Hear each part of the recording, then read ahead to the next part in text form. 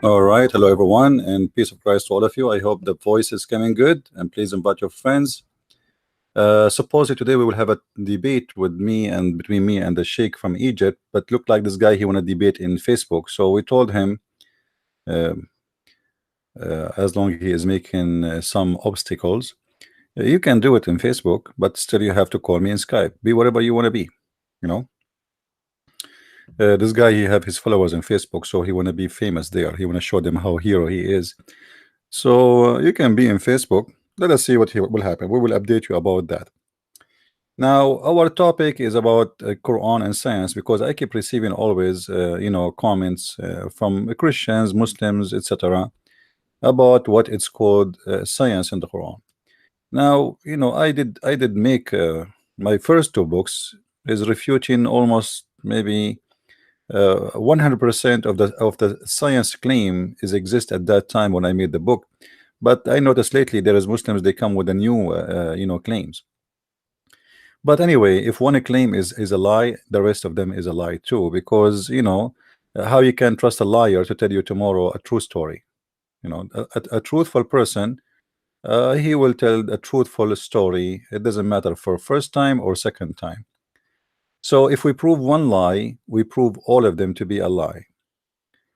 You learn about people from experience. You do not need to prove that this person is liar always. If you prove him liar once, twice, it's enough to prove that he is always liar. In the Middle East we say you cannot make a tail of a cat or a dog straight, even if you put it in the frame for 1,000 years, because simply this is how it is. And you try to make somebody is a liar. This has have nothing to do with being a Christian or a Muslim. If somebody is a liar, he's a liar. He cannot fix himself. He cannot help himself.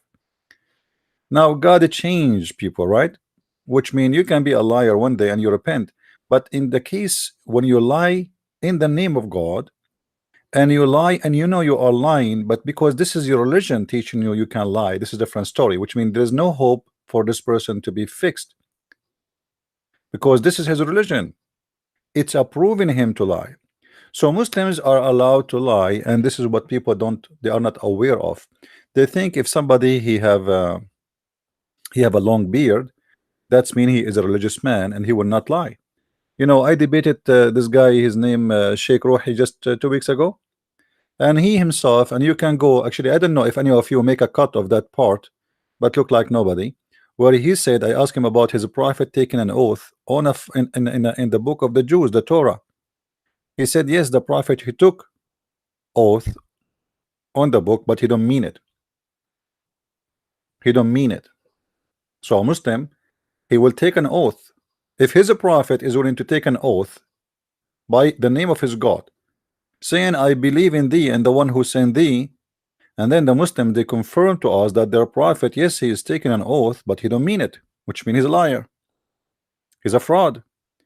If you ask me to take an oath, let us say I came to the court, you are a judge, and you say take an oath that you are telling the truth, and then I put my hand in a book, doesn't matter what the book, let us say it's the Quran, and I say I swear I'm going to tell the truth and only the truth, and then I lie, and then people they ask you, your brother here, he lie, how he can be a Muslim? He says, oh, he don't mean it, because the prophet, he did the same. So Muslims, they have no problem to take an oath, false oath, to lie to you, because simply it's part of Islam. As long as it is about defending or promoting Islam, there's no problem with that. There's no problem. Lying for a good reason in Islam is good. This is how they justify it. What is the reason to lie to you about the miracle of the Quran? Is to make you believe in Islam, and that make Quran, or sorry, the lie is a good lie. So the Muslim believe there's a good lie. Or let us say, what about lying to Christians about the prophet, he did something, because this is about defending Islam. We know those Christians will not convert, but now we need to defend Islam. So what we can do? We lie, and that for them is a good lie. So Muslims, they believe in two kinds of lies. There's good lies and there's bad lies.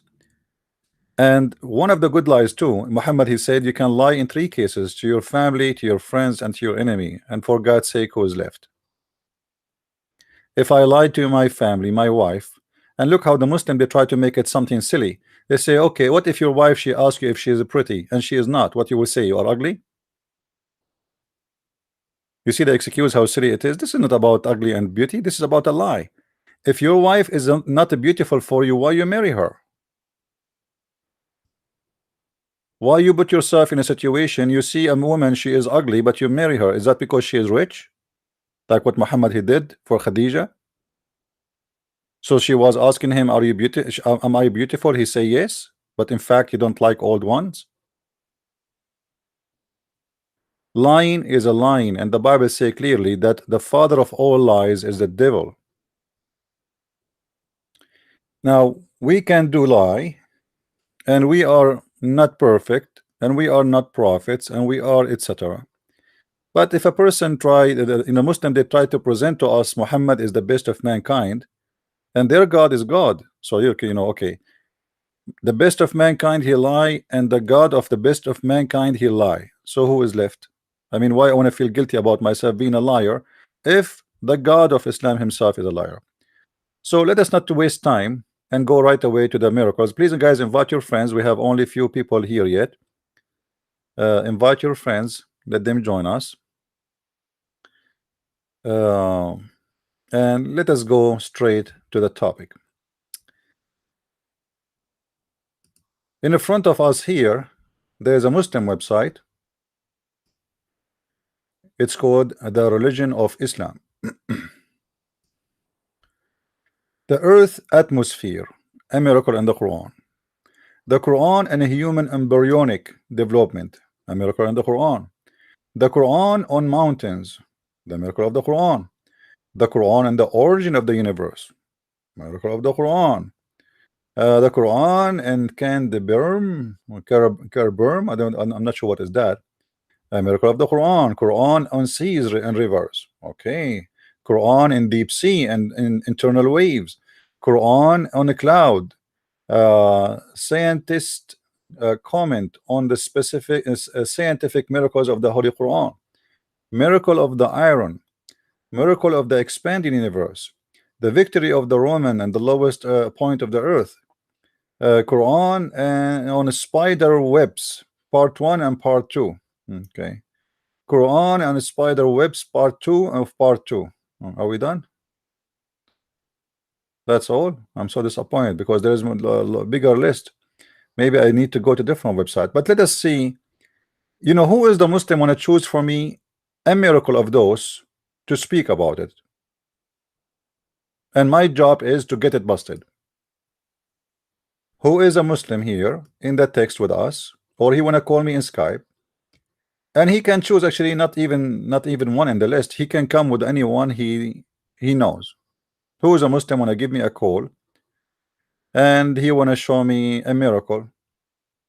If it's a miracle, if it's true, it's a miracle, scientific miracle as you Muslims claim, then it must be your God must be a true God. I mean, amazing how that can be. So who want to do that? Who is a Muslim want to give me a call?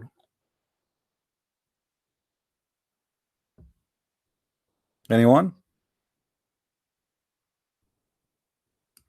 You see, I'm giving you a chance to show the Christians, the Jews, the Hindus, the Buddhas, the normal, the weirdo, you name it, to show them that Islam is from God. Who is the Muslim want to help us in that process? And again, as I said, you do not need to choose any one of those. You can come with your own. I mean, just tell me which one. I am here to make a challenge to prove to me that in the whole Quran, from the cover to the cover, there is one scientific fact. Just one. Who want to do that?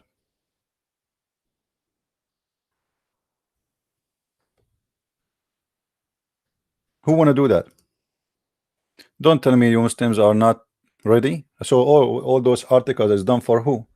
There's thousands of videos, thousands of articles. If you go and search Quran and science in the internet, you will find endless. website speaking about science. 5 amazing scientific miracles in the Quran. That's amazing. 5? Only 5? I thought they would say 500, 5,000. No, it's 5. What is the 5? Amazing scientific miracle in the Quran. Sharik Hafiz. By who? By Sharik Hafiz. How you doing, Sharik Hafiz? Nice to meet you. Obviously from Pakistan or something like this.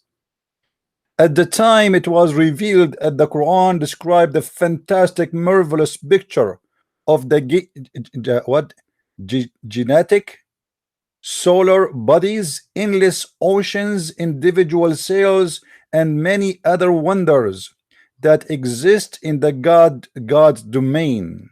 That's fantastic. We will show them our sign in the horizon. My friend, we did not see the horizon of your God yet, and we did not see any of the signs, because all of those you are talking about, this is not the signs of your God. Those what is the Western, the kuffar, they discover, and you claim now that it's fit with your Quran. Because what if the kuffar never discover this? You see, Allah here is speaking to who? Speaking to you Muslims. So Allah show the Muslims or show the kuffar? Allah did not show you, did not show the kuffar, because the one who discovered what you claim of science is discovery of, not even single one of them is the discovering of the Muslims. Let us go and see. Mountain formation is often simplified as a collision of two tectonic plates pushing mass upward. However, it is often overlooked that this collision produce an equal important downward, etc. Okay, let us go to the verse directly. Hit the head of the snake. Have we not made the earth resting place and the mountain as stakes? Chapter 78, verse number 6, 7. If I go right now to the Islamic website and I show you the verse, you would die from laughing. Let us do that. 78, 6 and 7.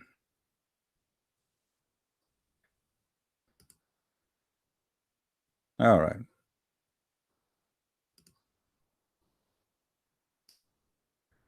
You ask for it.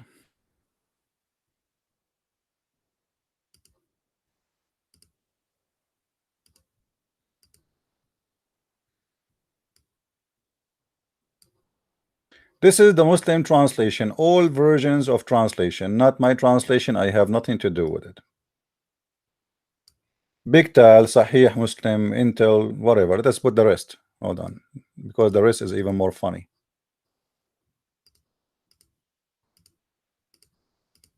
I will highlight them all, because that will make it more funny. Okay.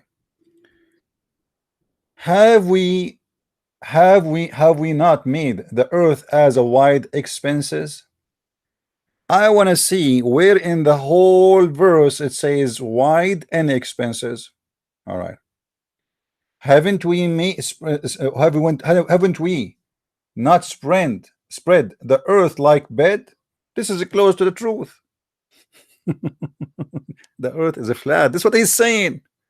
This verse saying that this earth, we made it flat like a bed. Didn't we make the earth a cradle? Cradle for is the earth is a cradle? Is the earth is a bed? Is it? You see, they are the one who choose the verse. They are the one who pick up the miracle. They are the one who mention it, and I am just reading what they are translating. Haven't we made the earth resting place? It doesn't say that. Haven't we made the earth as a cradle? Earth and expenses, this not doesn't say that. Even expense, no, doesn't say that. Place of rest, that doesn't say that. Like a bed, it says that. Like a bed, yeah, flat, like a bed. Have we not made the earth as a bed? Close. Have we not made the earth expenses? Doesn't make this says that. Rest in place doesn't say that. Cradle it's a close, it's a bed. Did we not make the earth a bed? Close. Rest in place, no, it's a bed. a spreading, all of those meaning, some of them they are getting close, some of them they are not. But if you go in the website which the Muslims they made their article in, where is the article? Here we go.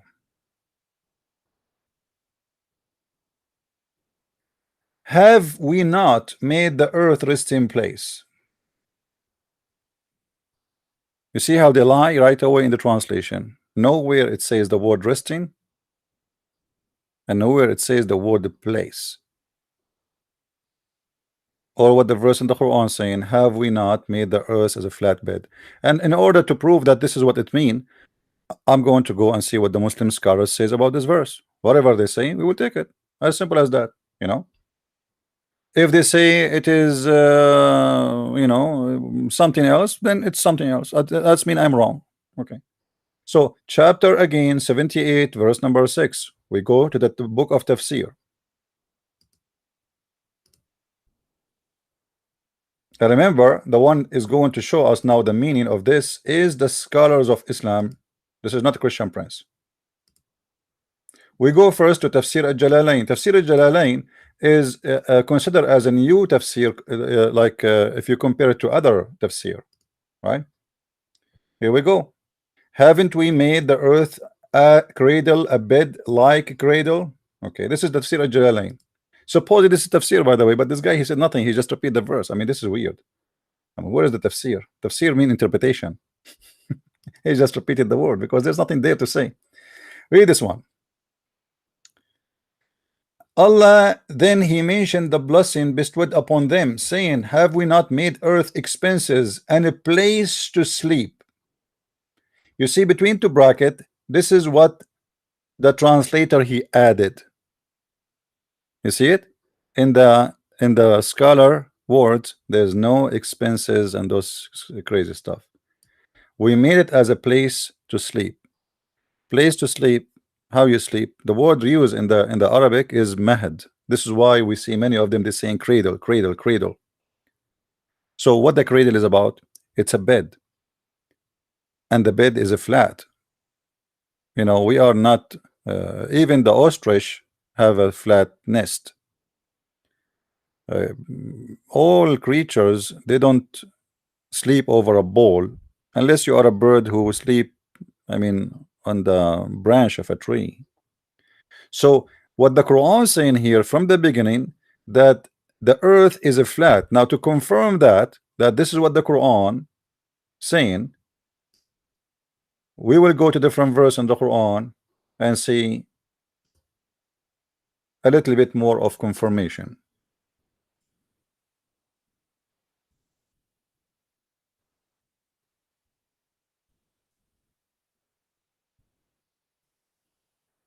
Wallahu ja'ala lakum al-arda bisatan, and Allah he made for you the land as a carpet, flat carpet. Chapter 71, verse number 19. Translation, Yusuf Ali. Do you see it? Hey, between the two bracket, that's not really in the verse. This is his addition to make you understand. So Allah he made the earth as a carpet. What carpet is about? Carpet is a flat space. Carpet is not a ball. Carpet is a carpet, flat earth. So the Quran confirming that the earth is a flat in many places. And there is many videos in YouTube. Actually, you can search for them. You will see the Muslim scholars arguing in TV. That's the scientists, when they say the earth is not flat, they are lying, because this is against the Quran, and the Quran for sure you know, saying the truth. However, the Quran even saying the word clearly, the word flat, in different verse. If we go to the Quran, we will find the word suttihat. So it's not like, because now he's saying carpet, bed, it might be not saying flat, but there's a verse saying the word flat exactly.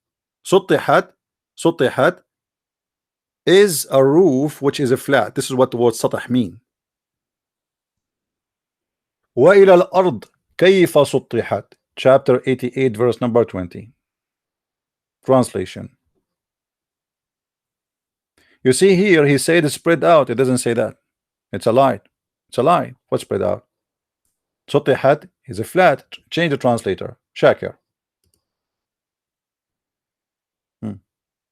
Vast expenses. It's a lie. I'm showing you all the translations so we can get them busted, all of them at the end. How it is spread, it's a lie too, because even if you say it's spread like carpet, still this is not accurate. It says the word flat specifically. Let us continue. Muhsin Khan. Outspread, it doesn't say that. So none of them gave us the accurate meaning. How we will understand now what is the accurate meaning? How you as a Muslim you will find out who is telling the truth, my friend. Let us go and see more translation. Chapter 88 verse number 20 again. 88.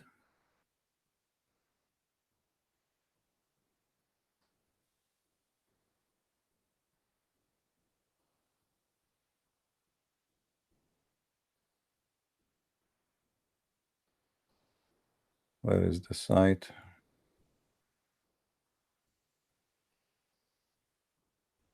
All right. Let us see all the translation with no exception. Spread out. It have been surfaced. It have been spread out. Outstretched. Spread out. Outspread. Spread out. Spread out. Spread out. Vast expenses. Spread out. Outstretched. Spread out. Spread out. Copy paste. You know, none of them is saying the truth. How we will get them busted? How we will get them busted? Simply, we go to the interpretation. And we can go to the interpretation in the same website, by the way. In the same website, they have Ibn Kathir as an example.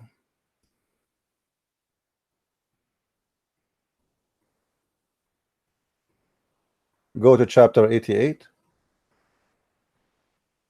I hope we will not lose electricity. We have a storm here.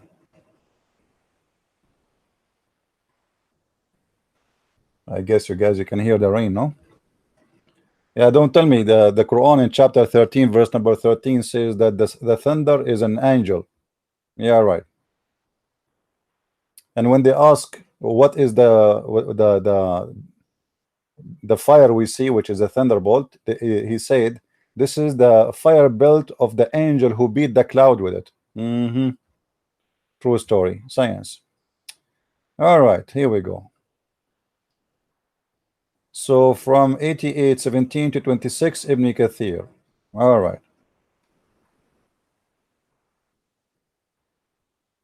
Read with me carefully. This is Ibn Kathir speaking, and this is the modern translation. And at the earth how it was spread out, meaning how it's been spread out, expanded, and made it smooth. That's what he's saying. This is Ibn Kathir.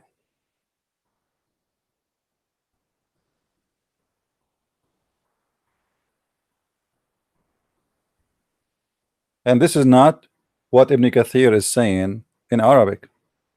In Arabic, the story is different. Let us get them busted just to show you how the English books always different from the Arabic books. If we go to Ibn Kathir in Arabic, this is the Arabic website. The same book, the same author, the same interpretation. What the word in Arabic? Let us see.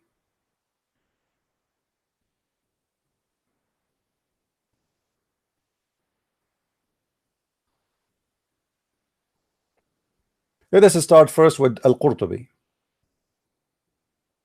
and then we will go to Ibn Kathir.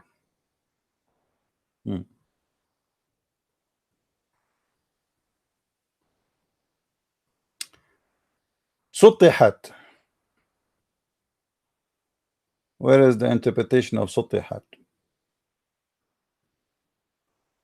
Look like he did not give interpretation for it, because the Arab, they knew what is that is about. سطحت. It's a flat. Here we go. أي بسطت ومدت. أي بسطت ومدت. I will take, copy paste, and I will go to Google Translation. In front of you. Let me open Google Translation in a second. And I will show you from Ibn Kathir, because we show it to you in English. I will show you how big the difference it is between what they say to you in English books and what it is in Arabic books.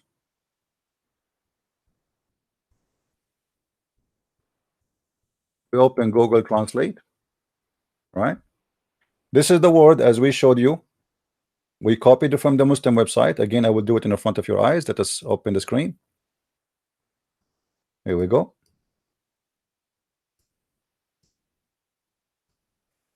أي بسطت ومدت.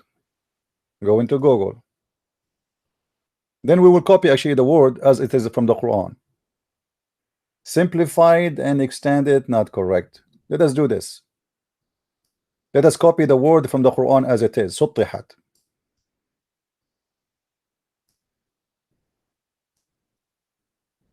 Where is Google Translation? What happened? I did not close Google Translation. It's gone. Hold on. What happened to this website?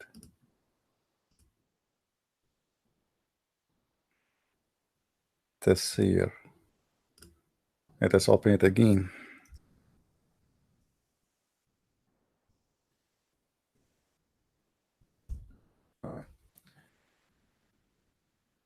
This is the word as it is from the Quran.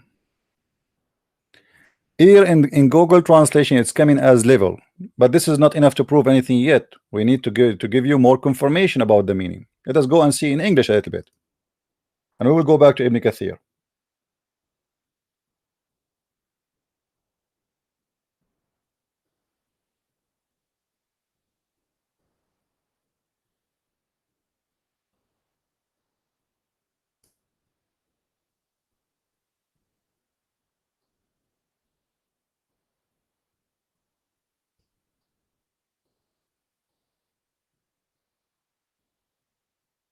Here we go. Finally, the truth is appearing. And the earth, how it was laid out flat. Do you see it? Do you see it? So what out expenses and we expenses? The Arabic is something, the English is something. All the English translation, all the English interpretation have nothing to do with the Arabic interpretation. They lie when they translate to you. Here, a mistake. Obviously, this is a mistake. I mean, the translator, he must be stupid. I mean, when I say stupid, I mean he is being honest here. And this is stupid because according to Islam, you should defend Islam. You should not say the truth. Why he said the truth? Why he said it's flat?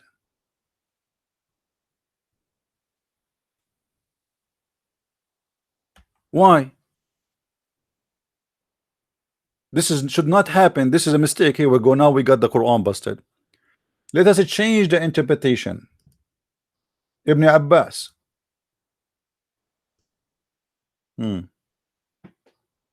the earth, how we spread it over the water. Over the water. Okay. All those signs for them. So now we confirm that the Quran is saying that the earth is a flat. But there is something I did not finish yet. We confirm to you that it says a flat in a Jalalain, but we need to show you how the Arabic translation to English from Ibn Kathir is different. I will go to Ibn Kathir. I'm sure some of you speak Arabic. Where is Ibn Kathir? At-Tabari, Al-Qurtubi. Here we go. This is Ibn Kathir.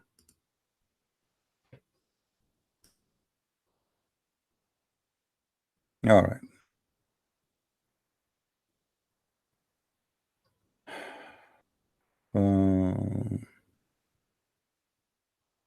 Where is the word سطحت? Here we go. أي كيف بسطت ومدت ومهدت. أي كيف بسطت ومدت ومهدت. But the translation doesn't say that. The translation does not use the word bisat. Bisat mean a carpet again. Do you see how the translation in Arabic have nothing to do with Ibn Kathir in English? I will take this as it is and post it in Google translation again. You know, Google translation is not really accurate, but you know, it's just to help us.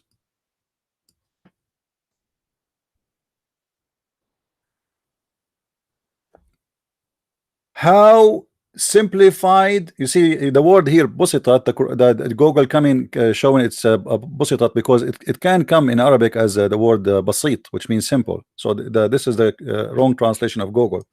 So how busitat, how it made it flat, stretch and baft, which mean make it flat, you know, make it level, as simple as that.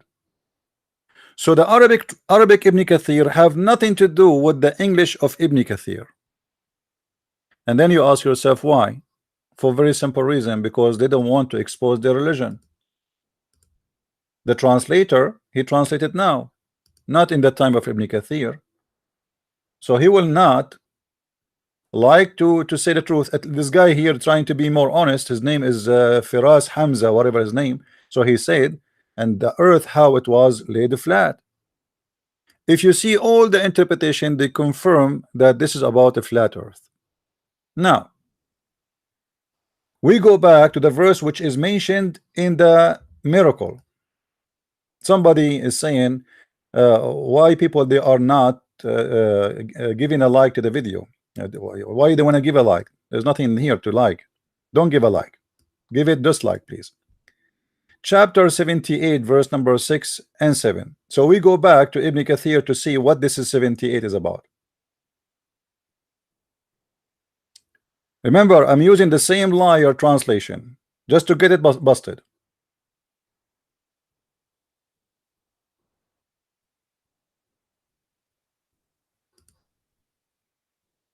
All right.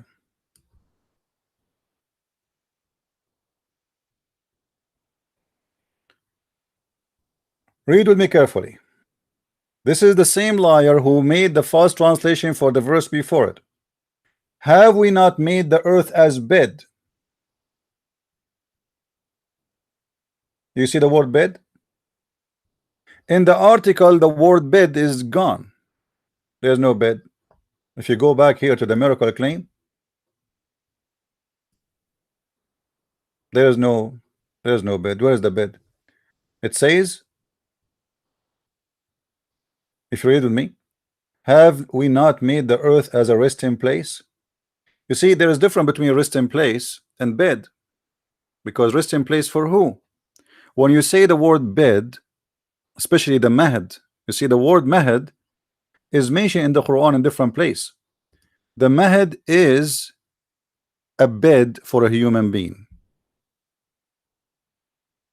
for a creature who sleep normally, and that is mentioned when it's about Jesus. The Quran said that Jesus, he spoke in the bed, in the cradle, the baby cradle. All right. وَيُكَلِّمُ النَّاسَ فِي الْمَهْدِ وَكَهْلًا مِنَ الصَّالِحِينَ. Chapter 3, verse number 46.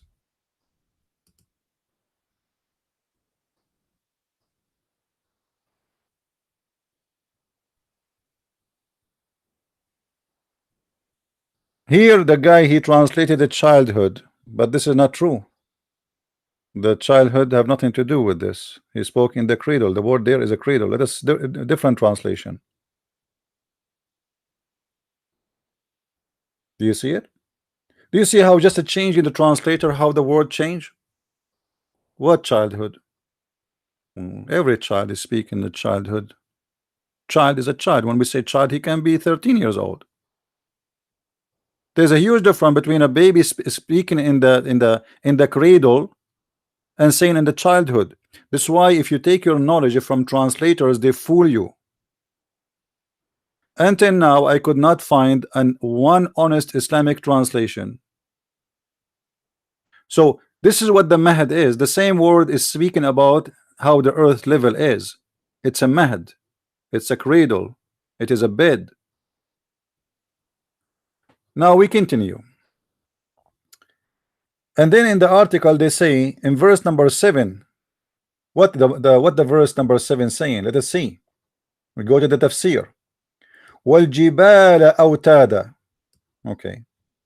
And the mountain as pidges, meaning he made them as pidges for the earth to hold it in a place, make it stable and firm. This is so that they may be suitable for dwelling and not to quack with those who are in it. The Muslim, they will say to you that the mountains, according to science, they make a balance for the earth, but this is not what the verse is saying. If we go back to the article, look what they say.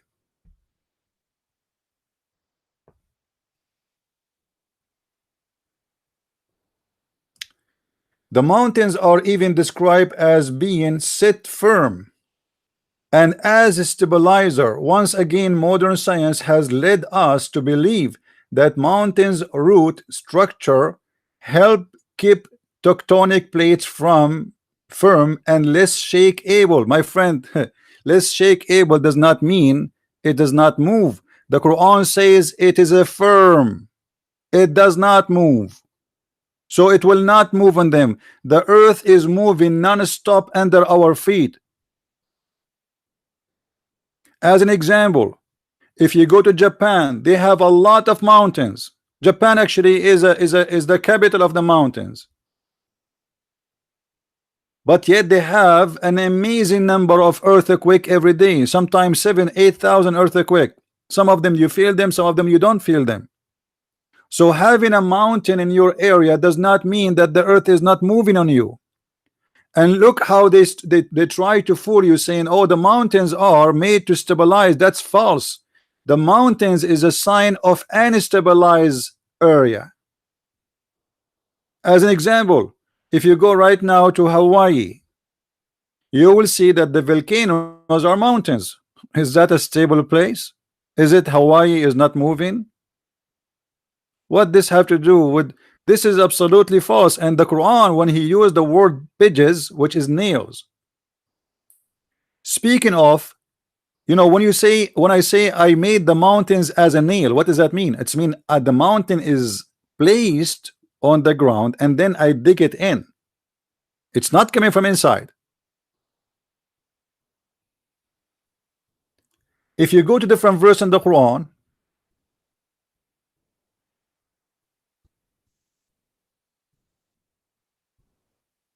and we search for the mountains,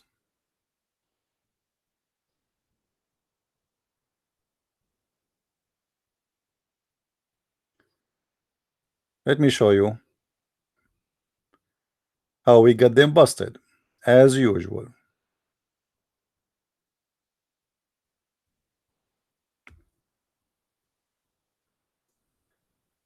Oh boy.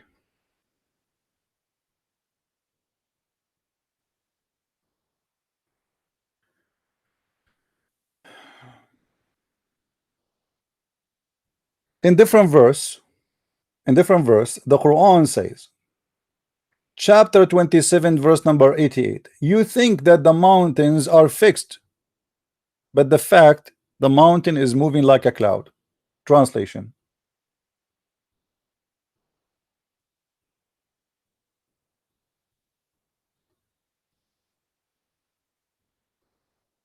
You see the guy here, he says hills. It's not hills, it's mountain. You think they are fixed, solid, but the fact they are flying like the cloud. The Muslims, they will say to you, oh, you know, this is not really about now, this is about the judgment day, Allah will make them fly. But this doesn't say that here.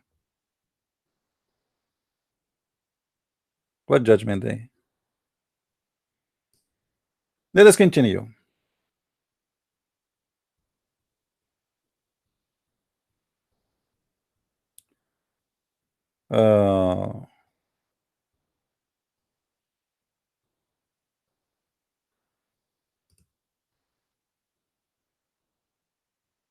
All those verses, by the way, about the mountain, but we want to show you. Here we go. This is the same verse we are talking about. This is the verse we want. Chapter 79, verse number 32. What it says. Read carefully with me, please.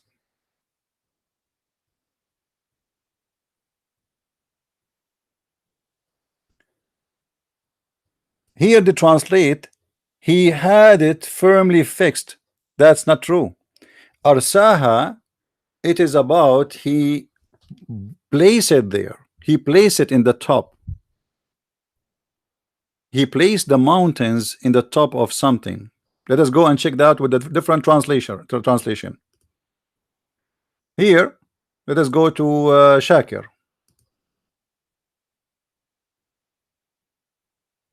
He made them firm. That's not true. Bigtal. He made fast the hills. What is that? This guy went so far. Muhsin Khan. Firmly fixed. You know the word rasa, like when we say the ship, when you say the ship arrived to the port, that is rasa. You know, like it doesn't move no more. It's not about being fixed, it's about it is something set, and usually it's speaking about something floating in the water. If we go to the interpretation, just to get the correct meaning of this, chapter 79, verse number 32.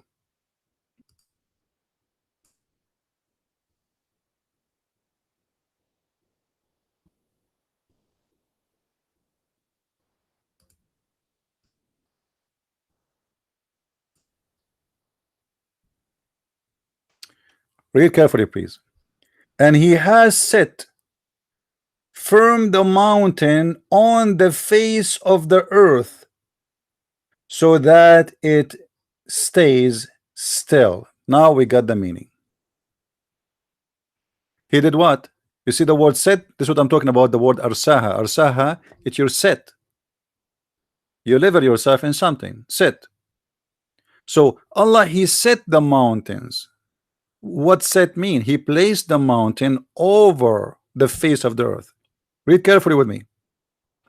And again, Abdul, I'm not the one saying that. This is your God and this is your scholar. This guy is named Al-Jalalain. He is not a Christian, he is not a Hindu, he is not a Buddha. And we can change the interpretation if you want. I can change to all of them, including Ibn Kathir. And has set.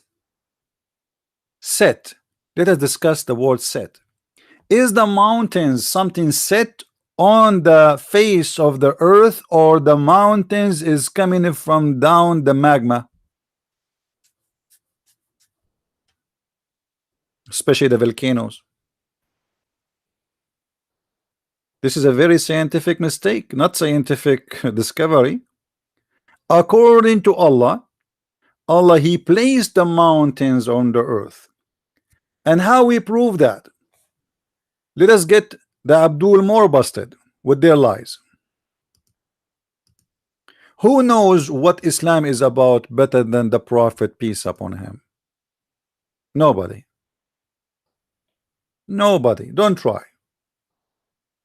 So if we go and we check what Muhammad said about this, let us read together.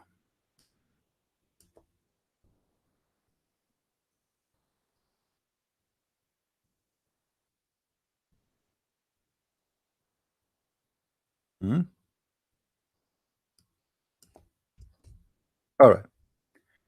The Messenger of Allah, read carefully with me, Abdul, and this is a Sahih Hadith. Don't tell me this is a weak. Allah the exalted, the glorious, created the clay on Saturday. What he created first? The clay on Saturday, and the mountains on Sunday, and he created the trees on Monday, And he created the things entirely in labor on Tuesday. And he created the light in Wednesday. And he caused the animals to spread on Thursday. And he created Adam afternoon Friday. All right. We are going to focus in the important one, which is the mountains. So forget about the rest. The rest is not our important for now. What is the first thing Allah created? It is the clay.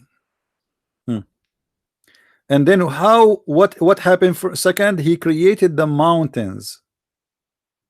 So according to the Quran, mountains created by Allah. Notice carefully. There was a clay. He created the clay.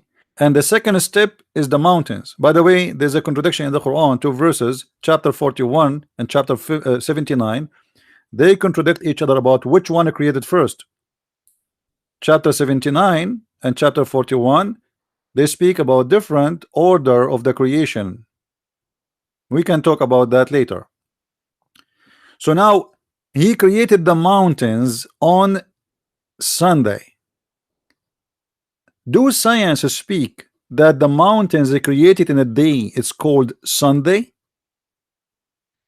And then he created those mountains and then he placed them over the clay.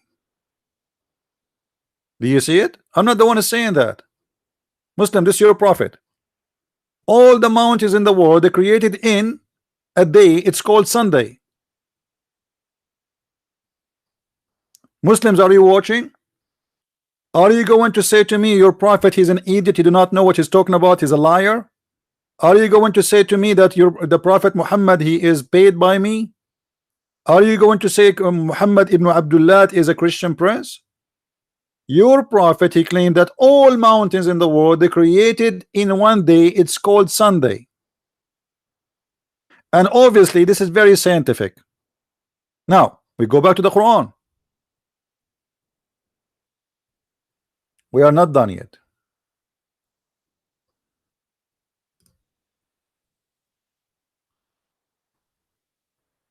So the mountains are created and he placed it in the top of the face of the earth. So the earth will not, and it says firm. You see, the Muslim, even in their translation in the article, they said it is firm, placed firm. Read with me carefully. Do you see? And the funny, they are the one who is saying the word set. Do you see the word set? What set mean?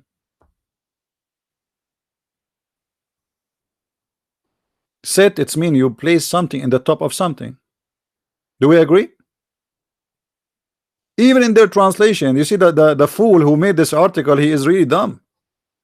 You just say to me that the mountains sit on the top of the earth, but this is absolutely false. The mountains is coming from the deep earth. It is not set. It is from the earth. It's not something, an object, because the Quran says watad. What watad mean? What watad mean? The translator give us what watad mean. It's like nails. You know the things you put for the tent. And remember, Muhammad is a Bedouin, right? So he said like pigeons. The nails you hold your tent with. This is what watad. So we made the mountains autada. Autada. Why? Because Muhammad, he believed the earth is a flat. Then in the top of us we have a tent, and that is the sky and the fence of the tent. If you remember, there is a chapter in the Quran. It's called the chapter of Qaf. Chapter Qaf. Let us go to English.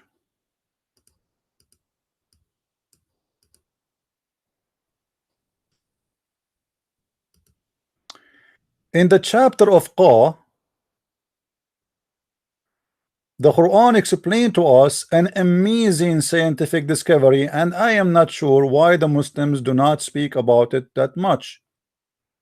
obviously there is something they don't like to talk about. In the chapter Qaf, the tent will be exploded by us, not because there is a terrorist there, because of the amazing science. So this is a chapter Qa, verse number 1. What is Qa? Tell me what is Qa. I want to learn. Qa. And from the narration and the authority of Ibn Abbas, he said in the interpretation of Allah saying Qaf. Qaf, he says, is an azure mountain overlooking this world, and the color of the skies takes from it. Allah swore by it. Okay, so what we learn from this now? We learned that there is a mountain, it's called Qaf, is surrounding the earth. The earth is a bed. This mountain is the fence of the tent. In different verse we will see that there is a dome covering the tent. Actually here in the interpretation it says that. What is the color we see of the sky? Why the sky is a blue? Because that mountain is a blue mountain. This is why we don't see it. When we look at the horizon, we don't see the mountain because simply it's a blue. And this mountain is not in a place, it is overlooking all the earth, which means the earth is a flat. How we can make a mountain overlooking the earth? Anybody can tell me how this mountain is going to be a fence around all the earth if the earth is a flat? So because the Quran teach them that the earth is a flat and we have a fence, this is why in different verse in the Quran Muhammad he said that we made the sky as a roof. But before we go there, we will show you a different verse before we go to the roof, because the roof will take us to a different topic, which is very funny too. In chapter 88 verse number 19, what it does says, Big Tal.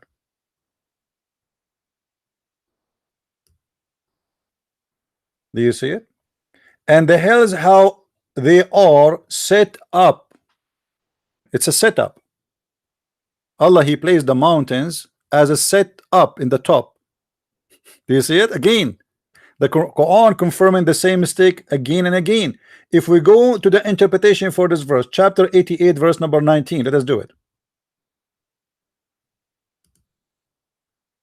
Chapter 88 verse number 19.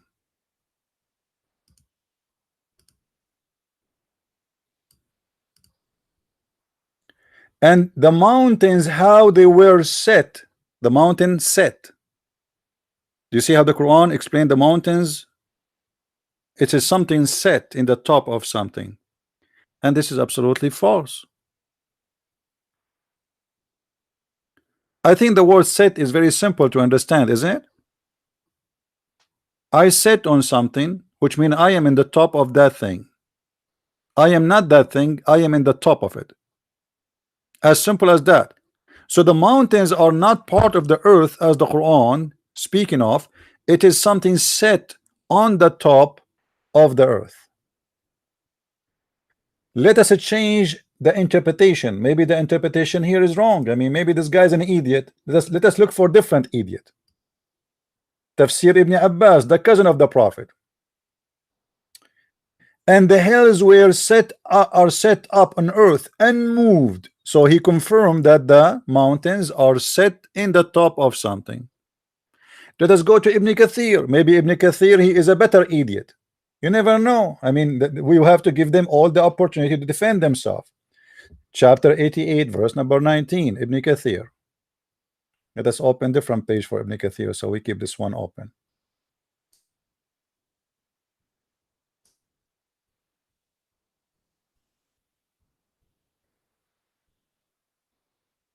Science, huh? That's true. That's true, my friend. Quran is full of science. I mean, who are you kidding me? There's nobody have science as much as the Quran. Allah is the God of science. Anything Allah He says, it's science. Even if He say hello, because the Muslim, they will make a story out of it.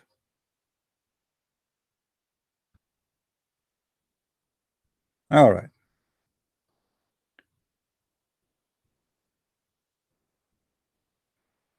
This is Tafsir Ibn Kathir. I hope Ibn Kathir is a smarter and he will not make Allah look like a fool. So he will try his best to lie to us. Let us see. Actually, the same chapter we are reading from before, right? Okay. And the mountains, how they are rooted. Rooted. Meaning, how they have been erected. What erected and rooted mean? Let me translate. I don't know what does that mean. Erected. What erected mean? This is the new word for me. Hold on. I'm not. My English sometimes doesn't help me. I want to see what does this mean.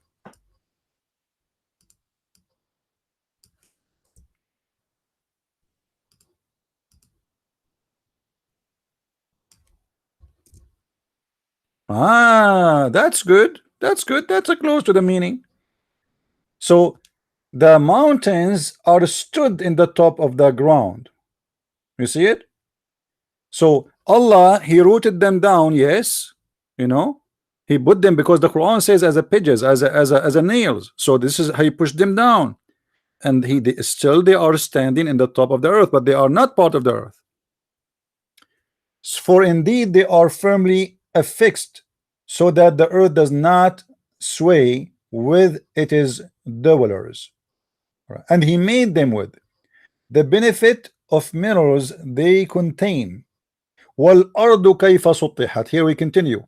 And the land, how it's spread out. This is false. It is how He made it flat. How He made it flat. Actually, you know what? Let us talk different verse from Ibn Kathir and see how he can get away with it. If we go to the word, to the verse سُطِّحَتْ,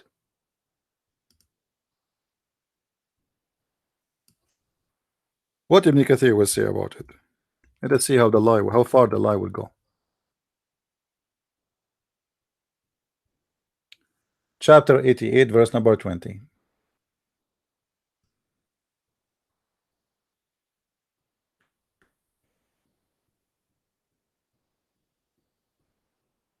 Where is?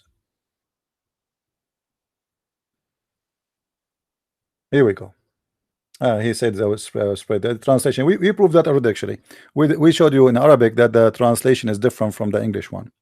So all the Quran, not only confirming that the creator of the Quran is stupid, he's ignorant, he is teaching us fairy tale stories, and the Muslim, they try to make it as a science. So what we learn from this, that Allah, He created the clay, He placed mountains in the top of the clay, and that the purpose is He put it as a pigeons so the earth will not move. And the Muslim, they made a miracle out of it, when the fact all of this is a stupid lie, for nobody can believe in such a garbage. Mountains is not placed in the top of the earth. Mountains is coming from deep inside the earth. It's upside down, not up down, which means Allah is saying that He put it down, place it. The verse is upside down of the true science. The mountains is coming from the earth, not something placed on the earth. Actually, according to science, mountains, they grow every year. They are not fixed. Why they grow? Why they grow? Because they aren't fixed. As simple as that. There's a continual movement. You can go right now and see that the earth, even the ones, even in the place you think there's no earthquake, the earth is always moving non-stop. We are swimming in the top of the magma. The tectonic, this is why there is an earthquake in the world. Like I live in the East Coast, in the West Coast. Let us say I live in the West Coast, and an earthquake happened in America, but doesn't mean that America is not moving. People, they felt the earthquake in that area where it was harsh, but the whole America is moving. It's not only that area. You know what I mean? This is where the tectonic plate they meets. This is where the earthquake can be felt and can be dangerous, but doesn't mean that the other areas that are not moving. The Quran is speaking about that they are firmly fixed, which means they will not move on you. The flat earth will not move. Now, what is additional proof to prove that the earth is flat in the Quran? There's tons of reference.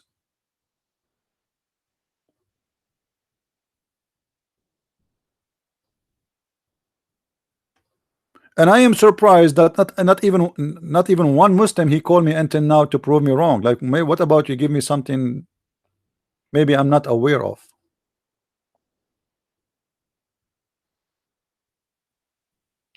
Any Muslim?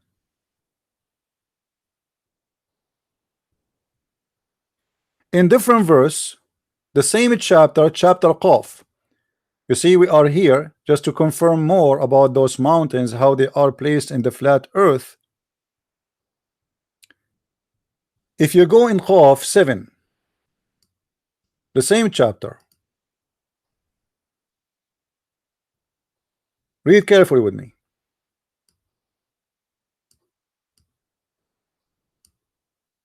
And the earth we spread out. Actually, it says we made it flat.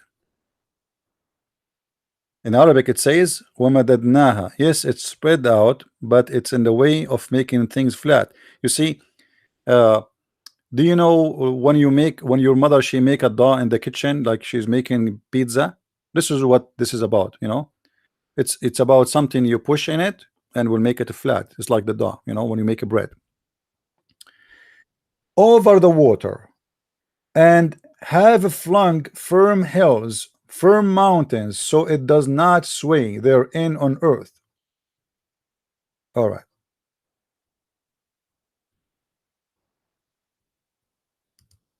What the flung mean? I want to be sure what the flung mean to be sure that this is correct meaning. Flung. I don't know if the translation here is coming correct. Doesn't make sense. Flung. If we go to the Arabic, we will understand. But anyway, let it go. So Allah he spread out the earth. You see, the earth now have no mountains.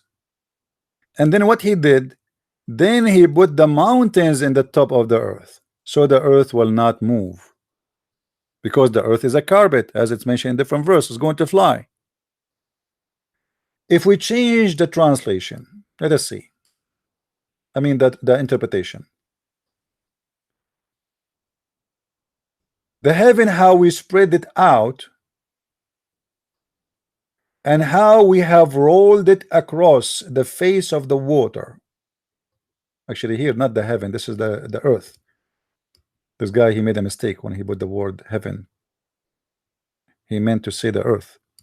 So the earth we spread it out, how we have ruled it across the face of the water, and cast in it firm mountains to fix it. So the mountains is coming from where he cast it. It's not from the earth.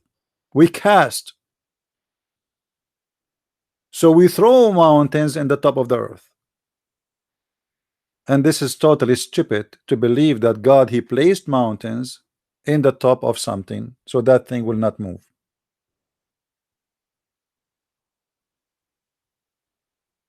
Right? If we go to the chapter of An-Nazi'at, let us go to An-Nazi'at, chapter 79, verse number 48. Sorry, not Nazi'at. I think Az-Zariyat, not An-Nazi'at. Az-Zariyat, yeah, An-Nazi'at. Right. Hold on. Al-Dhariyat, Al-Dhariyat. Here we go.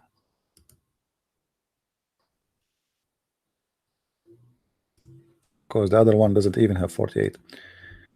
Here we go. And the earth we spread out, we made it level. What an excellent spreaders then we are. Allah, he confirmed that the earth is something spread out, but this is absolutely against science.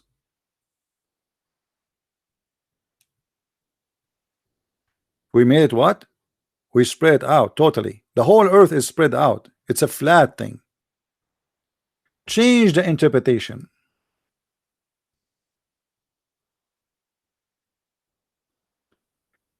And the earth have we laid out on water. How gracious was the spreader. Maybe Ibn Kathir, he have different scam. Let us see Ibn Kathir. Ibn Kathir is smarter than all of them. He will not say something stupid like this. Let us say what Ibn Kathir he will do. 51:48.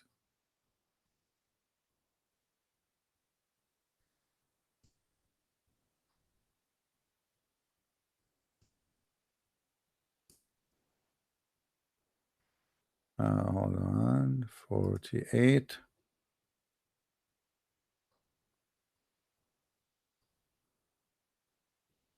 All right. You remember we mentioned that the sky is a roof before? Do you remember? By the way, the Muslim, they make a miracle about it. They say, oh, Allah, he speak about the atmosphere, and we will speak about that. We'll get them busted with that too. Well, this one, it's a big fat lie. So we constructed the heaven, meaning we made it as a high roof, protected it from falling. From what? From falling. Okay, take a note of that. Then he continues saying,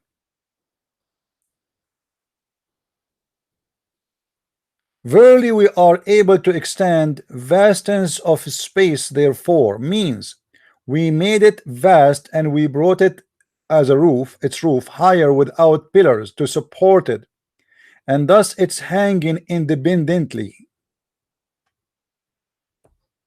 This is what they are saying in translation, but just wait, we will show you that this is absolutely not true too. وَالْأَرْضُ فَرَشْنَاهَا, and we made the earth firash. What firash? We made it as a resting place. That's false. Firash is a bed. Firash is a bed. You see, the translator here is a big fat liar. If we go right now to the Arabic translation, the Arabic text of Ibn Kathir, you will see that this is have nothing to do with what Ibn Kathir is saying.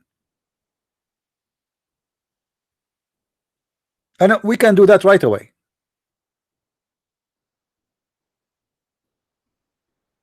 Remember, we are in chapter 51, verse number 48. So I can go right now to Ibn Kathir. Ibn Kathir, Arabic.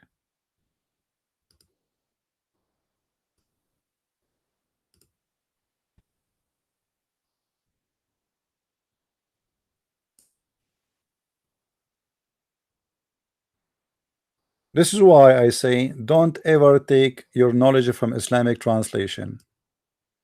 Ibn Kathir. All right.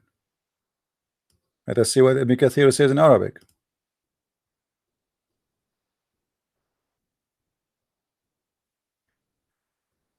والسماء بنيناها أي جعلناها سقفا محفوظا رفيعا, which mean we made it as a protected roof, high.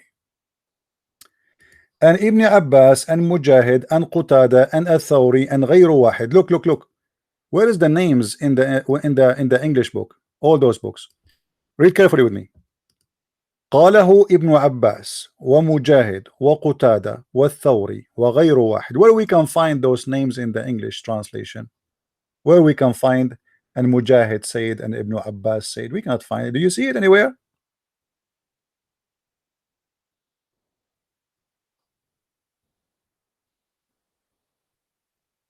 No, this is chapter 88. Hold on. This is the one. Oh, here actually it says that. Hold on. Yeah. But the translation here, let us see. Extended vast of space, therefore means we have made it vast. We brought it as a roof, higher with no pillars. Let us continue in the Arabic. With no pillars. فرفعناها بغير عمد حتى استقلت كما هي. So we left it without pillars until now it's settled as it is. So he left it up, it was down. We lift it up. والأرض فرشناها أي جعلناها فراشا للمخلوقات. Let us see what the word firashan in Arabic and what the word firashan translated in English. I will take it to Google Translation. Switch Arabic English. Paste. Bedding. It's a bed. And the bed is a bed. All the earth is a bed. All of it. It's a flat place. Continue.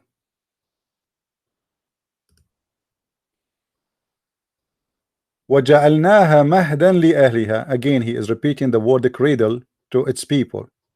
Let us see if the word cradle there is exist.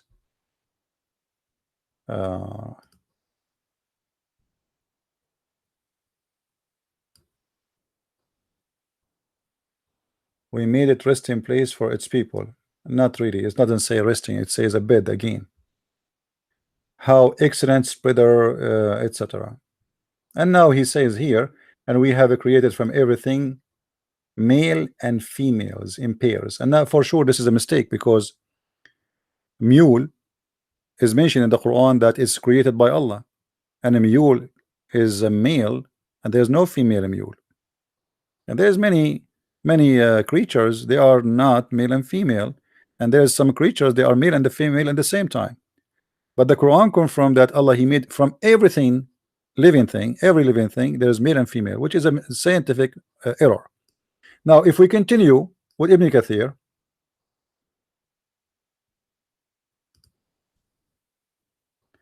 meaning all the created are pairs, the heaven, the earth, the night and the day. And remember carefully here what he says, the night and the day.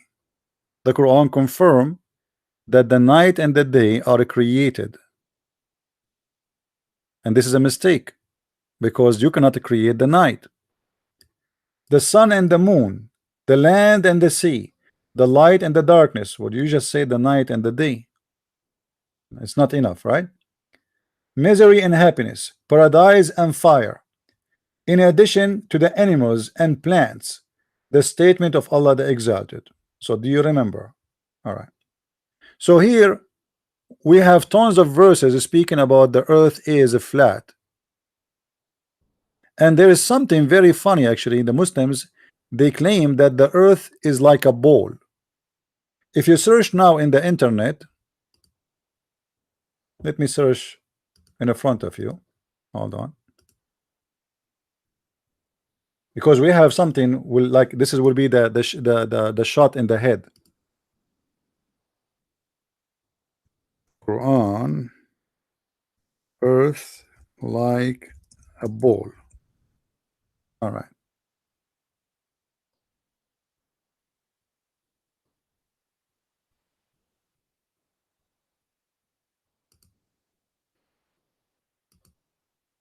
This is a different website speaking about this.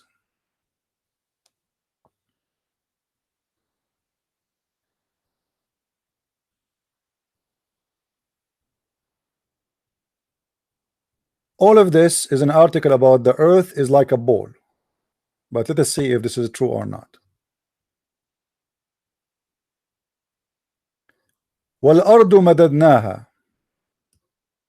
We have spread it out and set therein mountains standing firm. All right.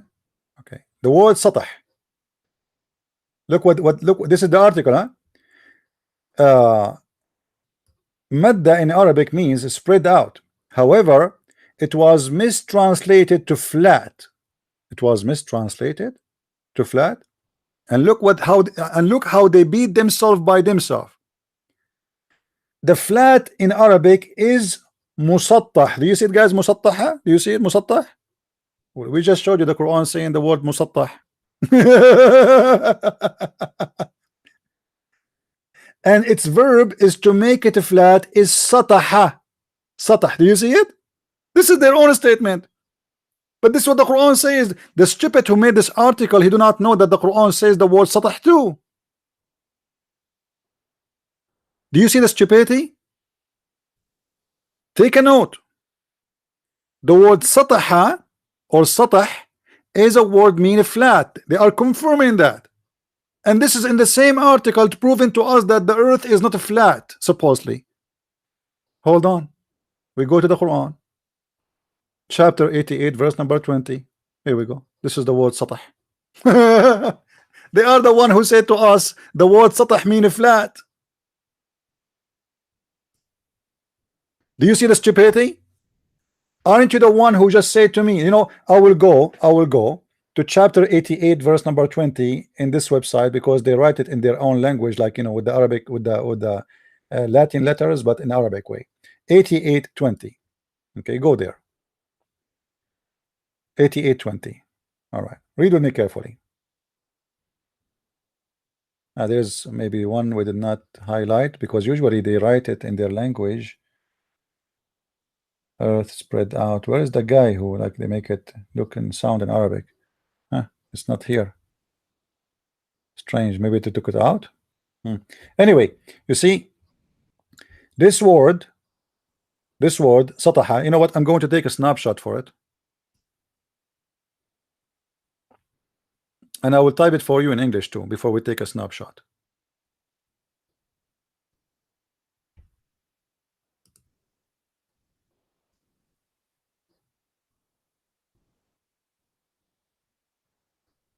I will take the first 3 letters.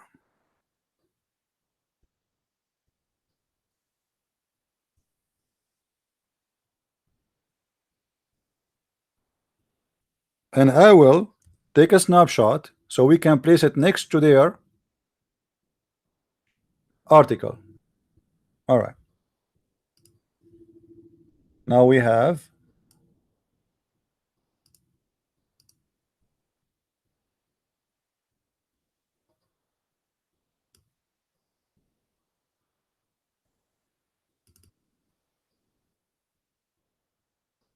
all right. This is the word sutihat in the Quran, and this is their article. Let us place it in the top of each other. Do you see it? Any Muslim dare to say I am lying?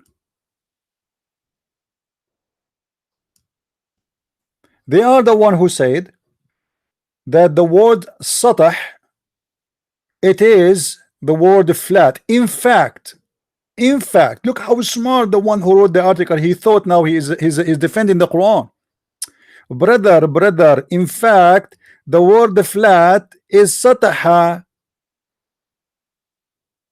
This is mistranslation. And here musattah. Brother, musattah is like a, you know, like a name of it, like, you know, like description, how it is. So what is the word in this musattah? The word is here from the verb. What is the verb? He says sataha.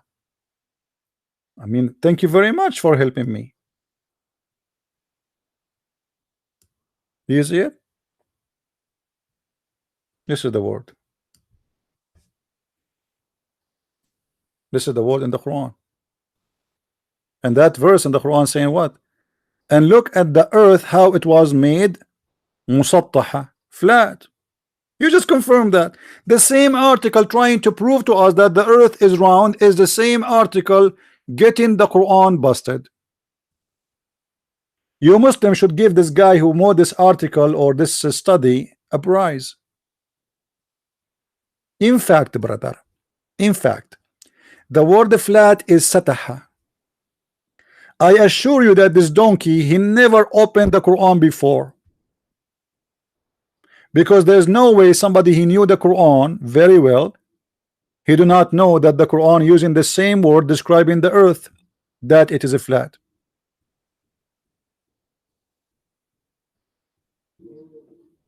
Do we have any Muslim want to say something?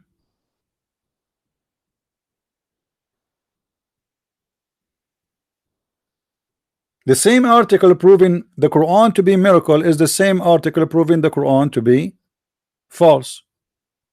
How you just said the earth, the what? Brother, the verse is mistranslated. It is mistranslation, brother. The verse here, it says spread out, and the Quran says that the God spread out the earth, madadnaha, meaning increase in the surface area during the formation. Madda in Arabic mean spread out. However, it was mistranslated to flat. Flat in Arabic is musattah. You know what? I'm going to go to the Arabic English dictionary, Islamic dictionary. Hold on. Let me open it. Islamic dictionary. I wish all of you speak, Arabic, because that will make my work easier, a lot easier. All right. This is the Islamic dictionary Al-Ma'ani. Al-Ma'ani. So what we will do, I will take the word as it is from the Quran, as you see, copy, paste in Al-Ma'ani dictionary.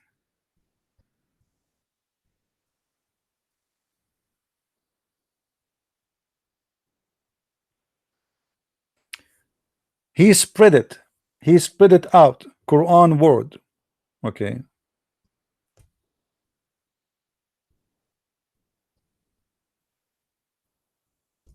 Let us go to the word they mention. Sattah. He spread out. He stretch. He grade. He plan his surface. He make it even. He make it flatten. He make it level. He make it plane. He make it surface. He reduce. Yeah,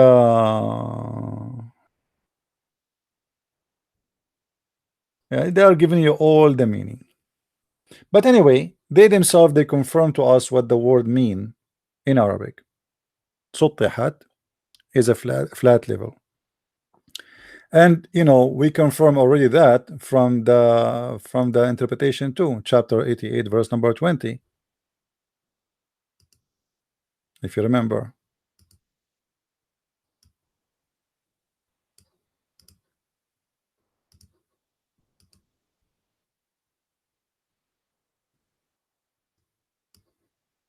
How you can spread something? You spread over something is flat, right? What is the flat? There is the earth. Okay. And the earth, how it was laid flat. This is what the word Sattahat is about. So how the Muslims, they try to make a miracle of something very stupid. Now we go to the Muslims speaking about the oh, hold on, I forgot to mention this. I mean, this is horrible if I forgot it. The Muslim, they say that the earth is a like a ball, and they use the word in the Quran where it says the haha.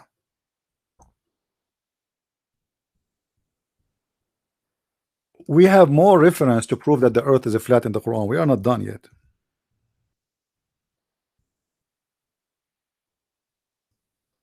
We are not done. وَالْأَرْضُ بَعْدَ ذَلِكَ دَحَاهَا.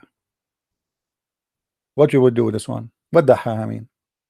Chapter 79, verse number 30. Interpretation.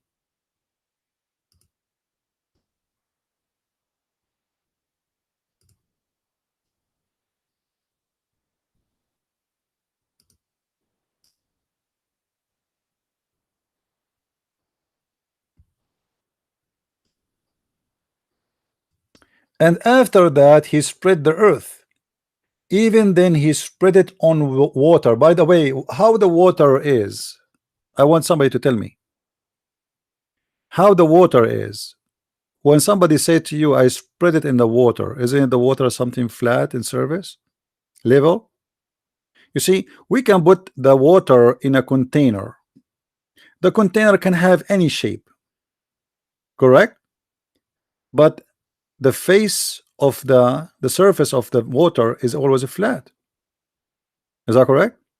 So when we spread the earth over the water, what does that mean? Isn't it obvious that the earth is flat too? Because you can move the water to any container you want. The look of the container will not make any difference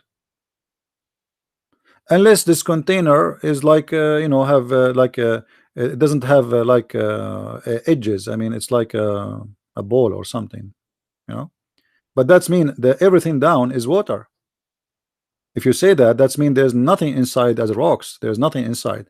And if we want to explain how the Quran work, you will see the Quran, all of it is based on fictions.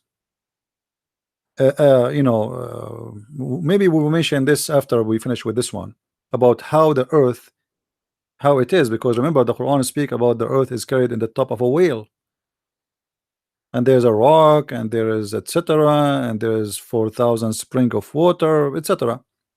So here Ibn Abbas saying this. Let us see Al-Jalalain.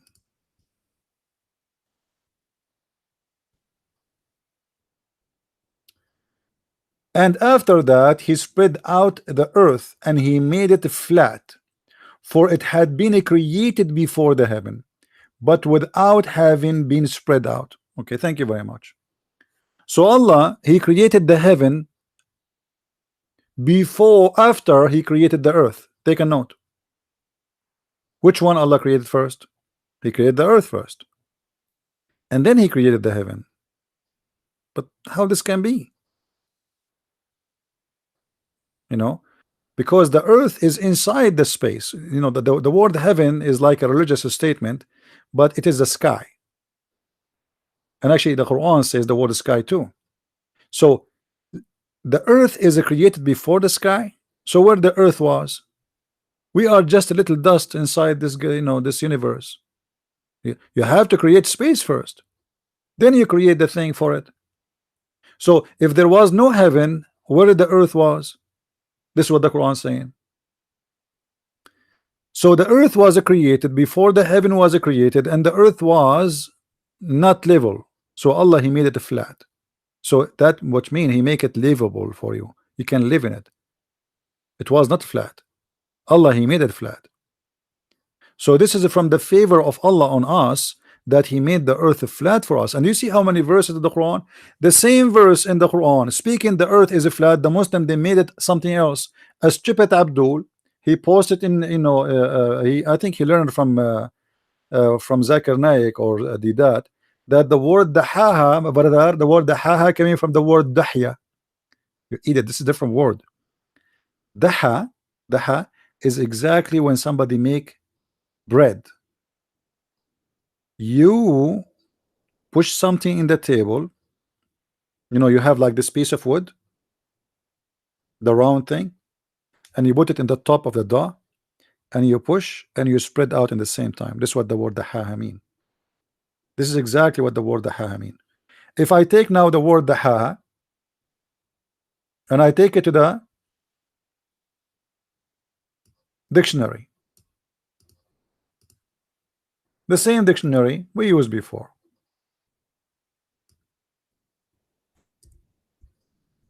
and I'm using this one, by the way, because not it's because it's the best, but because it's in English and Arabic. Do you see it? He stretched it, he spread it, he stretched it, he spread it. Okay.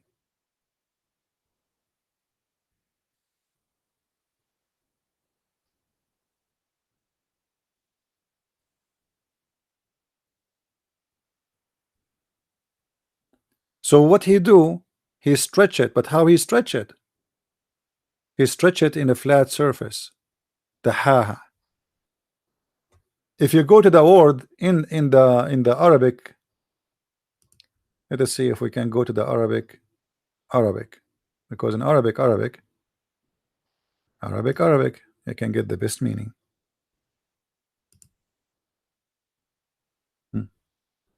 See how the Arabic changed right away. Right away in a second. We just switch to Arabic, and right away they got the right meaning, not like in English. It look funny.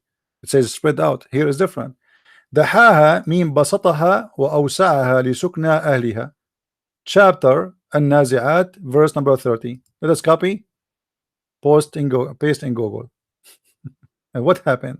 What happened? Why always the English is different from the Arabic? Here we go. Copy paste. Google translation. Spread it wide to accommodate the people. But actually here the Arabic, it doesn't say that. It says basataha, made it flat, carpet, basat. The word basat is a flat. You see, if we take the actually, you know, hold on, let me show you the word bisat from the Quran, because the Quran used the word bisat, which means carpet, and how the carpet is bisat. Wallahu ja'ala lakum al-arda bisatan, chapter 71 verse number 19. What does that mean? Look at the liars when they translate. And he made the earth wide expanses for you. It doesn't say that. It says he made the earth like a carpet. Besought, chapter 71 verse 19. We go to the interpretation.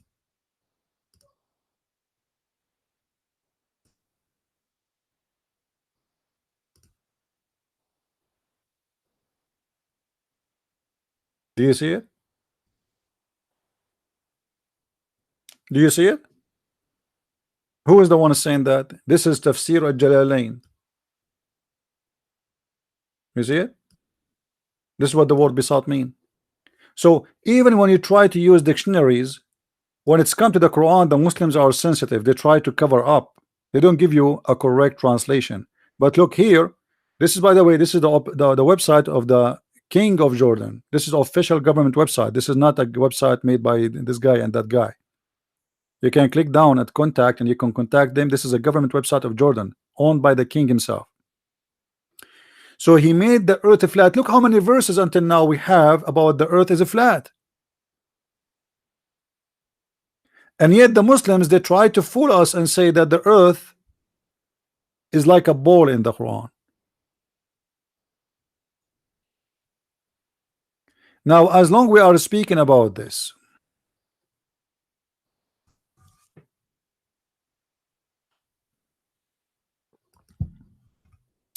we have another verse connected to those stories, will make us have a better understanding for how the Quran picture the universe, picture the earth.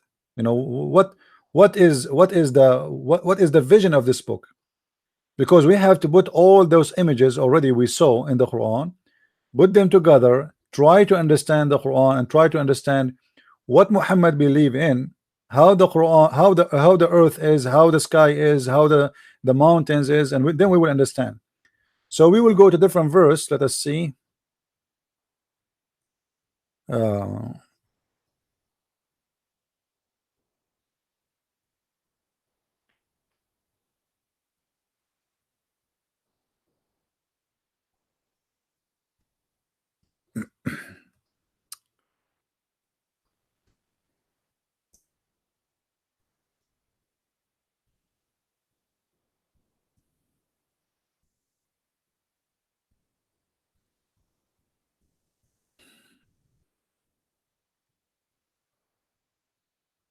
all right,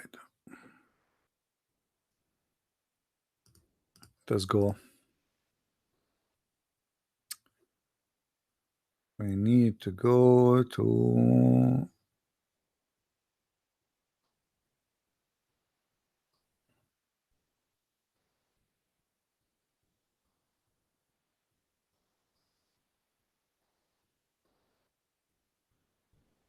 let us go to this one.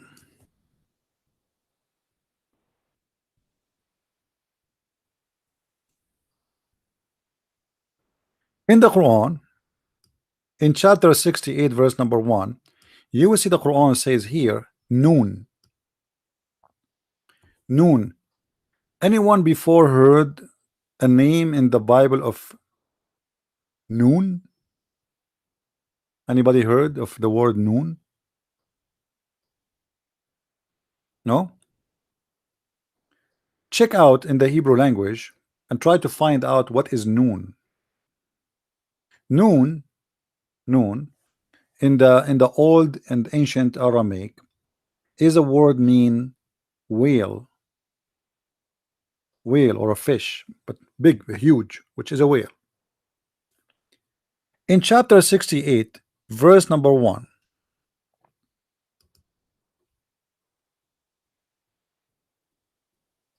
it says, Noon wal qalamu wama yasturun. What is noon? Doesn't make sense. The Arab, they could not find out what this is noon is about. What is that noon? Noon is in Arabic is a letter. It doesn't make sense. I mean, imagine you start as a chapter in the Quran. This is chapter number one, verse number 1. This is the first verse in the Quran, and the first supposedly is the first thing to say is a word. So why he's saying noon? Noon is a letter, but noon is a letter in the Arabic language, but in the Aramaic it is not. It is a name. You see, the Muslims, they pronounce the word and they write it down. They are not writing a word really, they are pronouncing. It's a, let us say the Quran was not given to them as a book. They are writing the book. So what the Prophet said, he said noon. But noon is not really a letter, it is a word. But this is how it appears in Arabic. So noon. Now what noon? Noon is a whale. Okay, what does that mean? We have no idea. Let us go and see what the Muslim they believe about this. Whatever the Muslim they say, we will take it, and that will give us a better image and understanding of what Islam believe in regarding the earth and the mountains and the sky. Chapter 68 verse number 1, and we go to the interpretation. Bingo.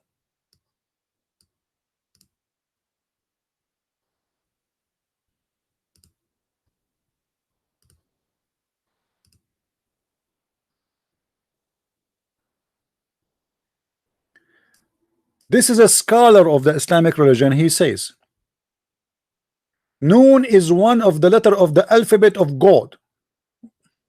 What? Where is that? Noon if one of the alphabet. This guy is trying to find an answer for this, so he come with the solution. Noon is one of the names of the alphabet. I mean, you are genius. You are genius. How you find out that?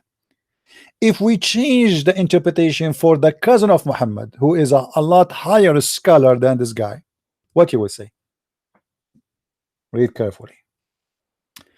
From the narration of his authority, Ibn Abbas. Ibn Abbas is the cousin of Muhammad. He is a person who lived in the time of Muhammad. Actually, he is the only one Muhammad he prayed to Allah to make him Hibrul Ummah, which means the ink of his scholarship, which means he is the scholar of the scholars. So this guy, there's no way he will make a mistake. And for sure he learned this from his cousin Muhammad himself. He said regarding the interpretation of Allah saying noon. Okay, tell us more. Tell us more. I hope the text is clear for you guys.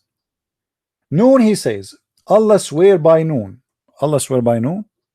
Okay, must be a great swear. Which is a whale that carries the earth on its back in water, and beneath which is the bowl. Which is what?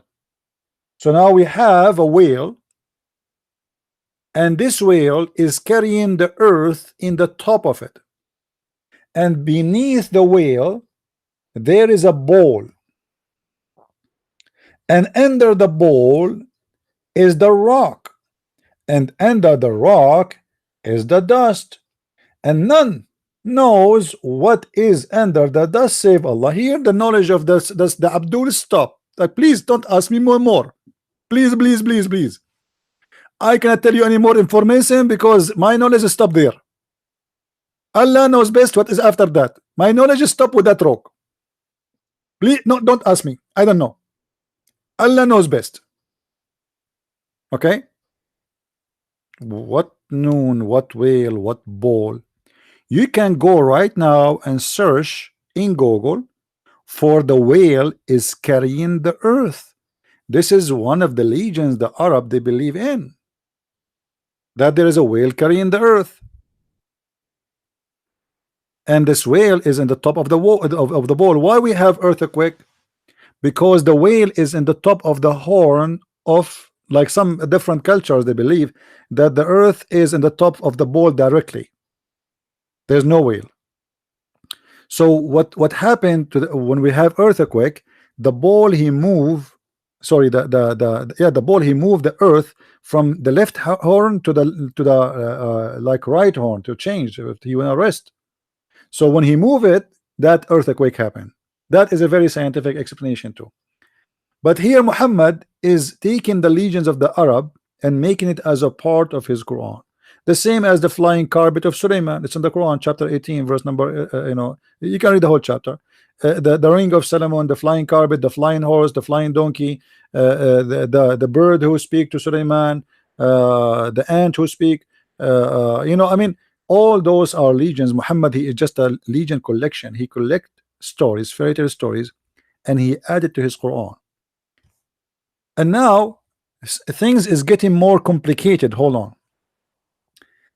The name of the whale is Luwish, and this is not Luwish Farrakhan. Don't take me wrong.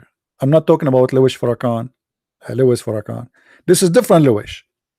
That one is a whale too. So the name of the whale is a Luwish, and it's said that his name is Lotaya.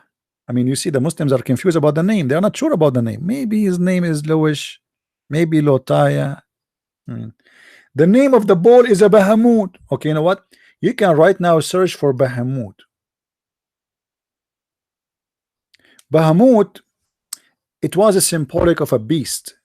All right, and nothing wrong with using the word Bahamut from the old languages, but to believe that Bahamut is the ball who is carrying the earth, that is different story. You see, like all of us, we use words is used by people who don't believe in the true God in certain time. As an example, you when you pray, and the Muslim too, they say Amin, but Amin have nothing to do really with the Christians or the Jews. Or Amin is a word mean I believe, I agree, in Aramaic. The Aramaic people, they used to use it when they used to worship false gods too. So using the same word will not make you a pagan, but believing in the stupid things, that will make you stupid and pagan. So here we have a Bahamut who is a ball, and this Bahamut is the one is carrying the whale in the top of it, and its name Talahut or Liwana. The whale is in the sea, called Adwad. You see, the Muslim, they have the names of everybody, and it is like a small ball in a huge sea. Well, and thank you very much. It's a small ball but carrying the earth. The sea is in the hollow wood rock, whereby there's 4,000 cracks. Look at this guy. He know how many cracks in the ocean. And you are telling me that the Western are the one who discovered the diving equipment? How Muhammad and how the Ibn Abbas, he knew how many cracks down in the ocean? How he knew that?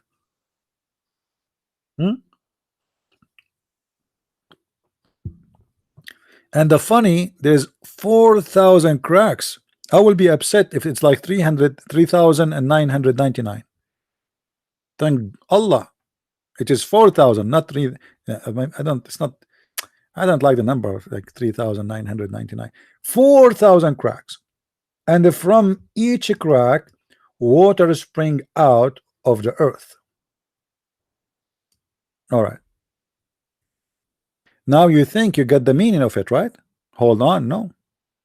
Just to show you how much the Muslims are confused about what the Quran is saying. And it's also said, like, what the heck? So all of this was just one say? Yes, it was just one say.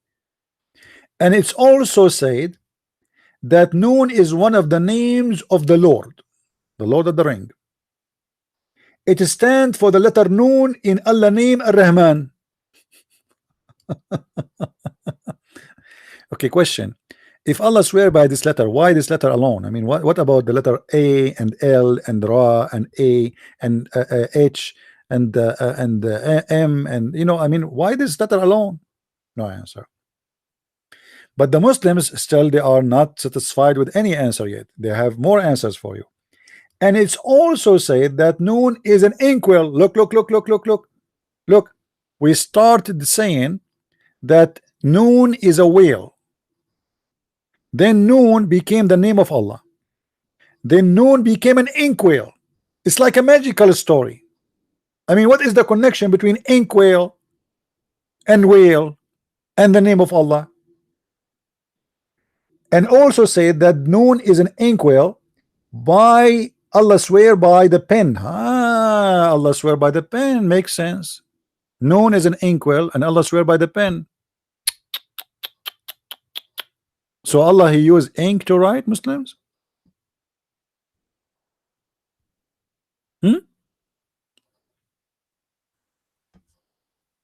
Continue.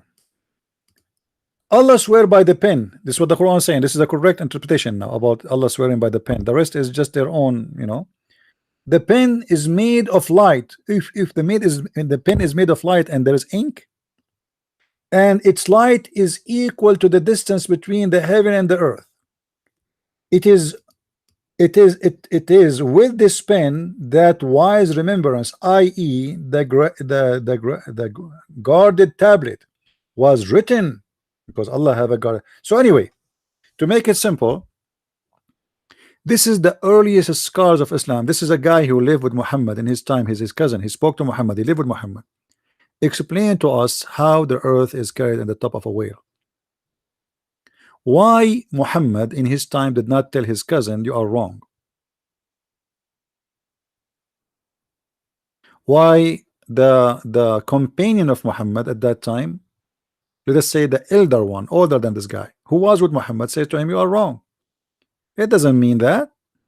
That's stupid. Nobody says anything. This is written in their books for the last 1400 years, and not even one Muslim complain. And not even one Muslim, he says this is stupid, we should delete it. It was fine, it was okay, it was smart. What about Ibn Kathir? I am really interested to see what Ibn Kathir want to say about this. Remember, Ibn Kathir is a modern scholar comparing to the rest. He came long after this Ibn Abbas, long after. Let us go to Ibn Kathir 68:1. Go.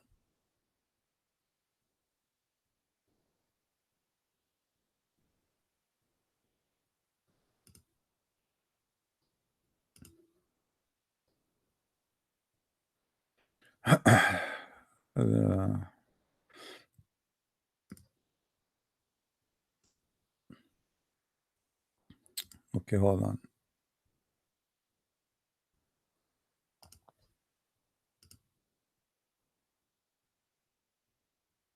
Noon is like Allah saying Sad. Supposedly now he's explaining to you guys. Allah saying Qaf. Qaf is a similar form, similar to them, from the individual letter that's appear in the beginning of the Quranic chapters. This has been discussed at length previously, and there's no need to repeat it again.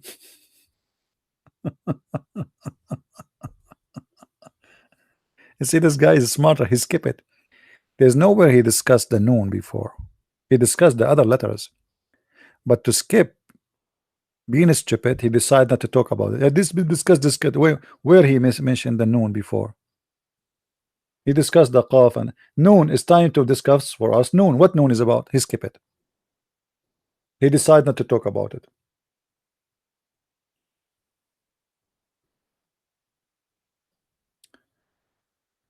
What is the first thing Allah created? The first thing Allah he created is the pen. Do you see it?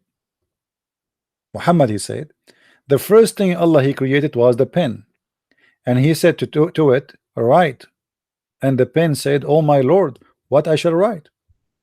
He said, write the degree and whatever will through eternity. What does that mean? But here we have a problem. According to the Quran, the first thing Allah created in chapter 41 is different from what Allah created in chapter number 79. In the hadith is different too. As an example, we showed you where Muhammad in the hadith he said that the first thing Allah created, it was the clay. And then in Sunday he created the mountains. Where is the pen? Anyone see the pen? There's no pen. Suddenly Muhammad, he forgot about the pen.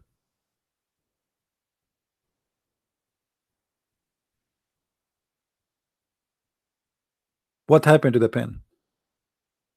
And why Allah have a tablet, by the way? You see, tablet is you know, like especially in the old days, and now actually, you know, I mean, the format of writing change. Now you use computer, you use a smartphone. It doesn't matter at the end of the day. It's just because you want to reserve things. Okay. Allah, He is God and He is Almighty. Do He have a short memory? Why He need a tablet? The Muslims, they cannot answer why Allah have a tablet. Why Ibn Kathir is saying that Allah, He created the pen? Why He need a pen? You know, the funny thing about the Muslim, they say if Allah wants something to happen, He say be is going to be. But obviously that's not the case. Allah, in order to write, He have to create a tablet and He have to create a pen. He did not say be writing and then everything happened. He said he created the pen. Not he did not say be pen. He created the pen, and then He created a tablet, and then He told the pen write, and then the pen is talking pen. You see, here we have a living pen. This pen is a different kind of pen, the kind it does talk to you. So Allah said to the pen write, and the pen said to Allah write what? Which means the pen is saying to Allah, are you stupid? Explain more. You know what I mean? Because when you say to me write and I say to you write what, it's mean obviously you did not deliver to me the order correctly. There's something missing. And who we can blame who here in this situation? Allah or the pen? Obviously Allah. Why Allah did not give him a full sentence saying right, etc., etc., etc.? And then after He told him write what?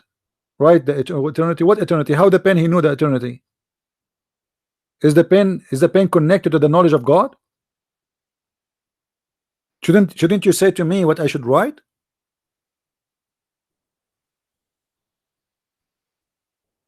You know what I mean, guys?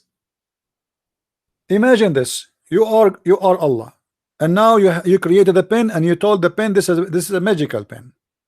You told Mr. Pen write. Now the pen is speaking to you.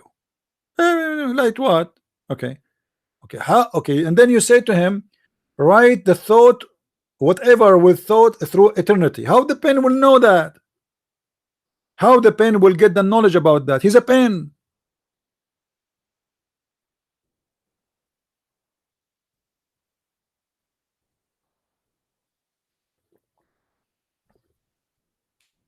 Any Muslim can explain to us?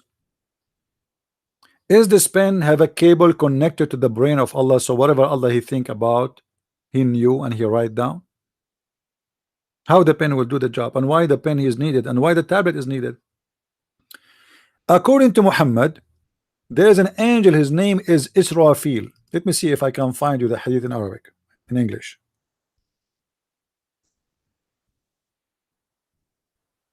Israfil is an angel who is in charge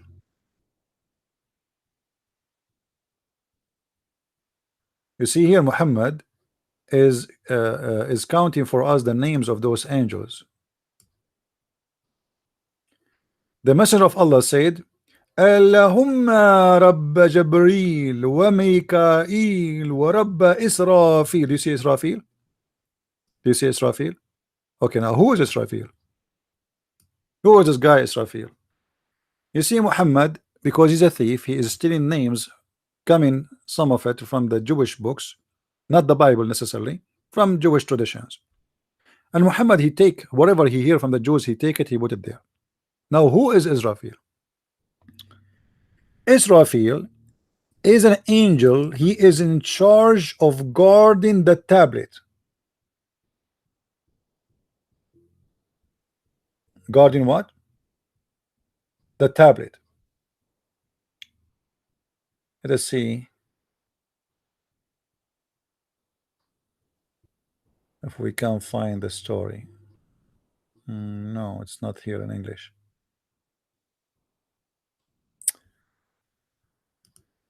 Let us see the story of Israfil, where we can find it.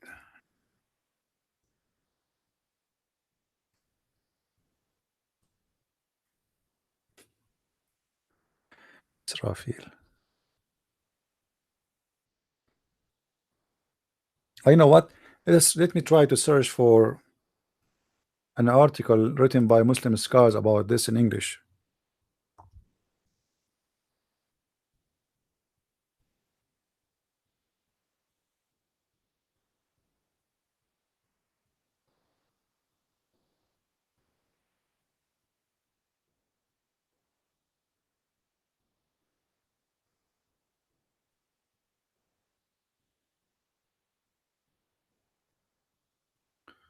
Let us see.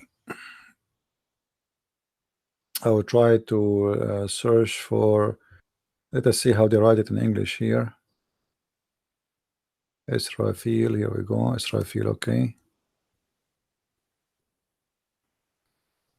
Yeah, I will try to find an article written about it in English so we can laugh a little bit about this madness. Okay, different Israfil. Jibreel.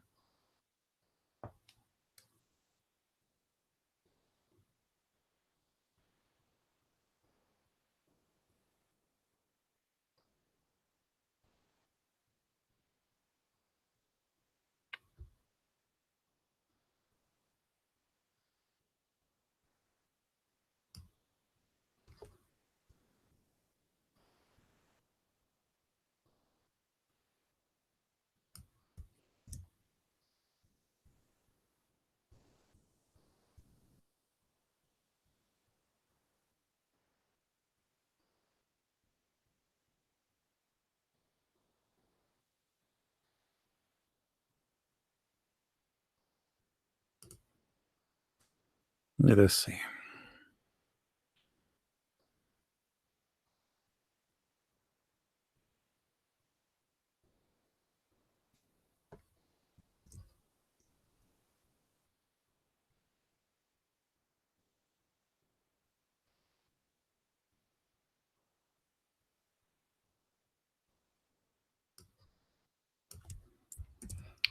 Still looking. Maybe we can find something. And then now I did not find any article in English.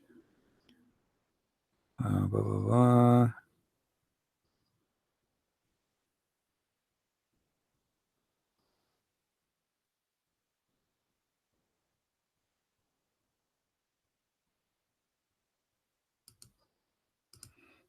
Let us see this one.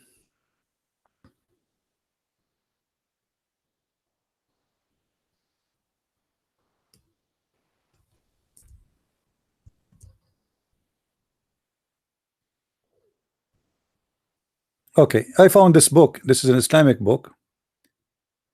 I'm going to use it just to show you.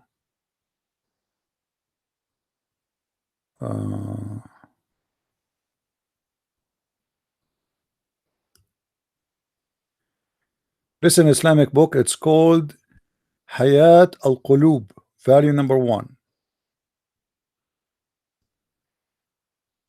And this is the name of the author. Let me zoom in. All right. You see, I tried to look for English because I can find you tons of stories in Arabic, but that will not help me much. All those stories is about Israfil. All of them, they are funny, and all of them, they are crazy. But this is the one I want to talk about. The Holy Prophet that he was in the champion of the Almighty, the closest to him, and the divine tablet, al-Lawh, which is made of ruby. Read carefully with me. Hold on. Let me see. I wanna.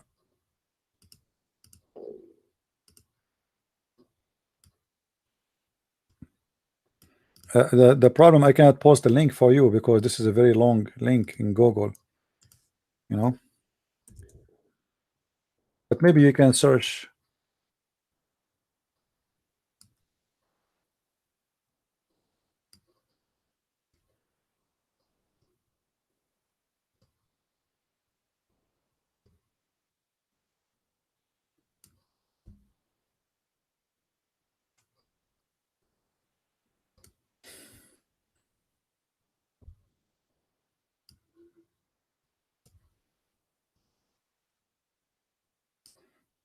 I'm trying to look in the chat to see how it's coming from your side.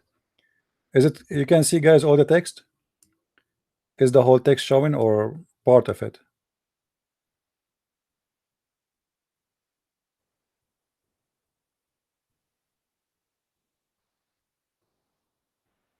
The Holy Prophet, that was, he was the prophet, he was in almost in the bedroom of Allah, supposedly.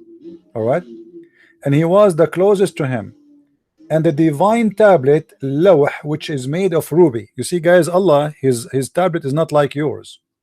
His tablet is made of rubies. All right,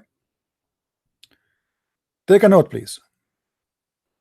So the tablet of Allah, which is made of ruby and placed between the two eyes of who? Of Israfil. Not between the two eyes of Allah. All right.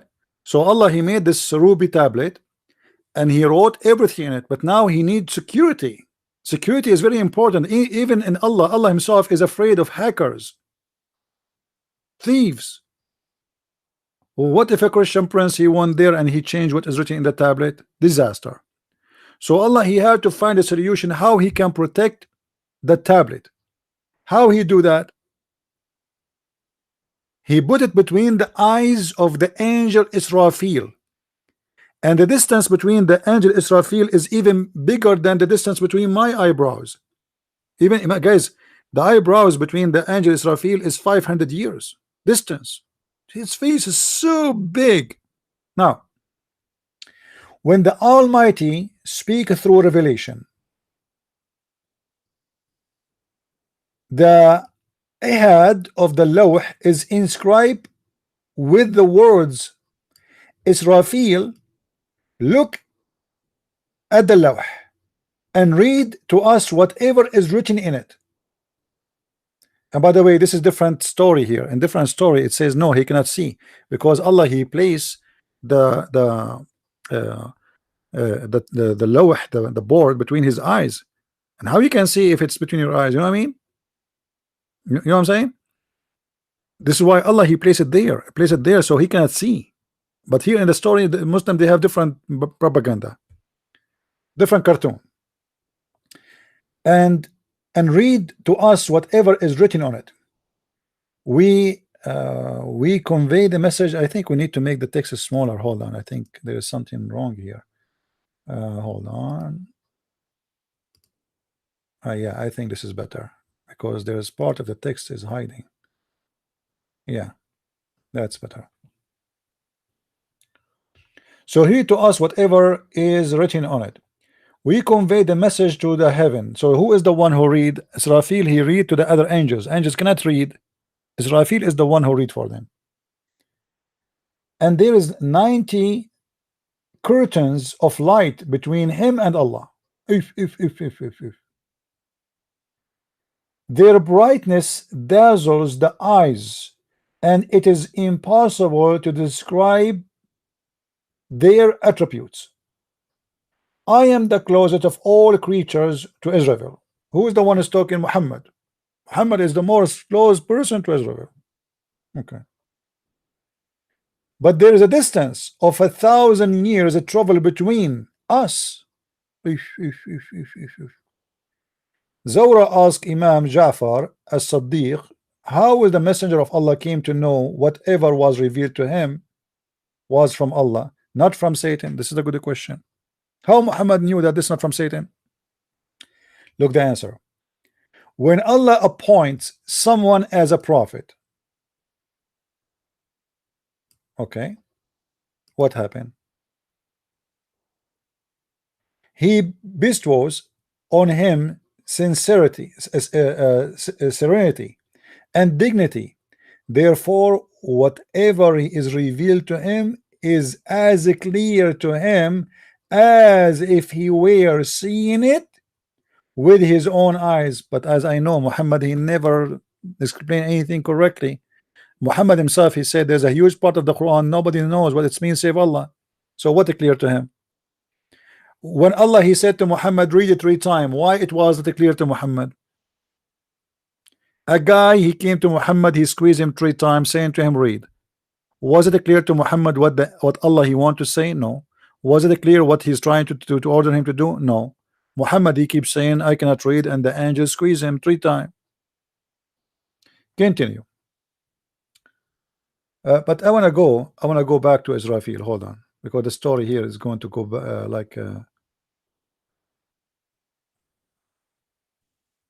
let us go to Israfil. More stories about Israfil.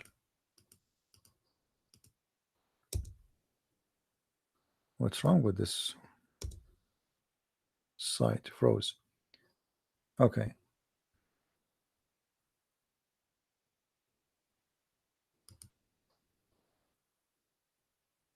The veil mentioned in this tradition is spiritual, a veil that prevents Israfil from comprehending the true essence of the Almighty, or it could mean that there is such a vast distance between Israfil and the divine throne, from where the revelation originated. Israfil is far, far, far, far, far, far, far. He cannot, Okay. And now here, you see, I told you in the forehead, you see he's contradicting himself. The same idiot, he says to us, Israfil, he read for us what is written. But look, he in different page, he said different. Read carefully.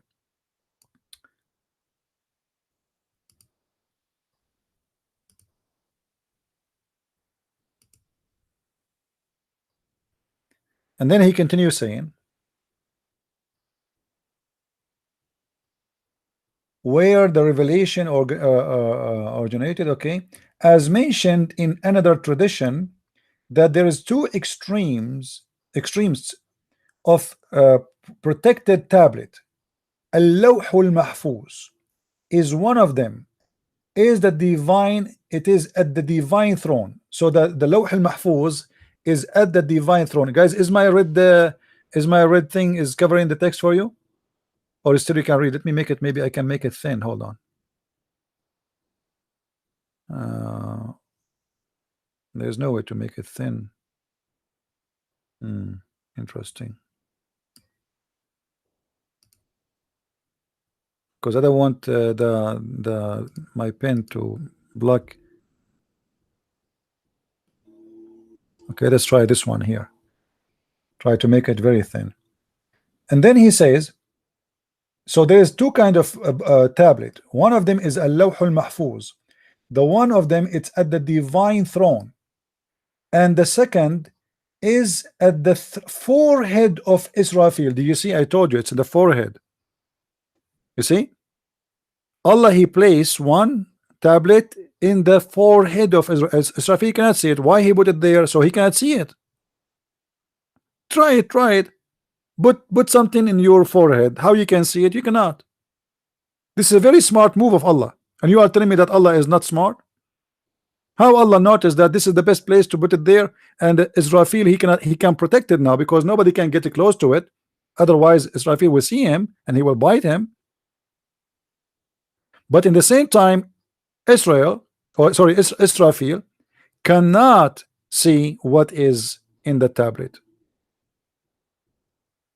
So when Allah, he speaks through the revelation, the tablet touches the forehead of Israfil, and he look at the tablet, and whatever his eyes, whatever he sees, he relate to the archangel. Hold on. How the tablet is in the forehead of him and he can still see it? Are you saying to me your Israfil have a frog eyes? How you can see it?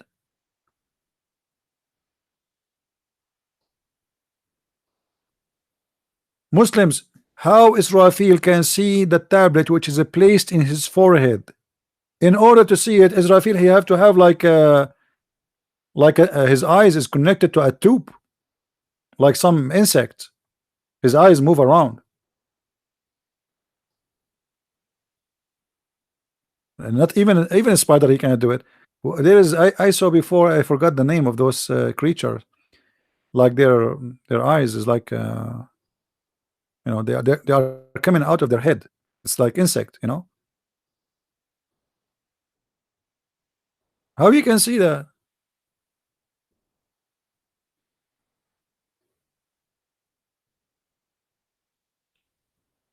All this garbage, and yet the Muslim, they speak about science. Allah have a tablet. Allah, he write all things in the tablet. Allah, he wrote in the tablet that Muhammad, he have the right to have sex with his own daughter-in-law. Allah, he wrote there. I mean, do you see how important that for Allah to write down? Because remember, everything in the Quran is written there too. Allah wrote in that tablet that Suleiman, he heard the ant speech. Allah, he wrote in the tablet that Suleiman wives, they have sex with the devil. Allah, he wrote in the tablet that when you have sex, Shaitan will round himself around your penis if you don't say the name of Allah before you have sex. Shaitan will enter your anus. Shaitan will take hair from your anus. Shaitan will sleep in your nose. Do you see how much is top secret, the information in that tablet? Now hold on. If that tablet contained the Quran, and this is a top secret, why we have the Quran? And why Allah is revealing his security plan to the hackers? I mean, why you are saying to them where you place the tablet, who is guarding it, his name is Israfil, his distant is etc., his big is etc., his face look like etc. Why you are telling them? And Allah in the heaven is worried that somebody will steal the tablet. Who is the one who will steal it? Is that the American or maybe the Russian spaceship? Because remember, the Quran said that if anyone try even to think to leave the zone of the earth, which is proving the Quran to be false again, Allah will shoot him in his ass with a star. As long as we are talking about science, let us go there. You see, the Muslim, like I saw in the website there, they speak about the atmosphere, right? If you go back in this one, no, not this one. Hold on, which one?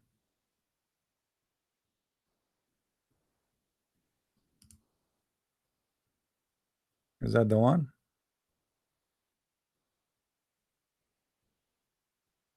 Mountains and buried of a cloud, orbits. No, not this one. Hold on, I'm trying to find which website they spoke about the atmosphere.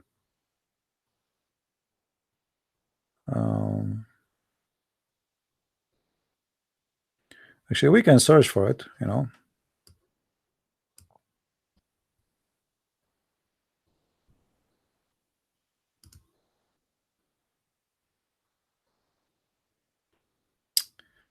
Hold on, let me find it.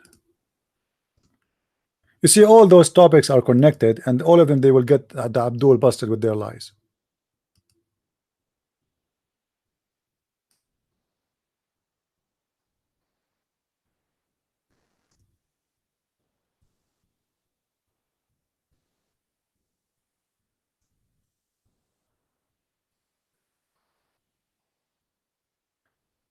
Atmosphere in the Quran. Here we go. The Quran mentioned the atmosphere. All right.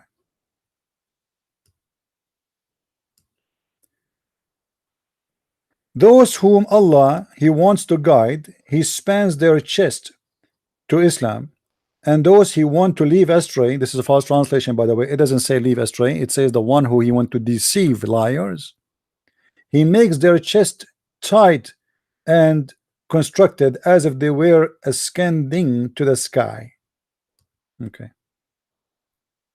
How could illiterate, this is not the verse I'm looking for, but let us answer this one as long as we open it.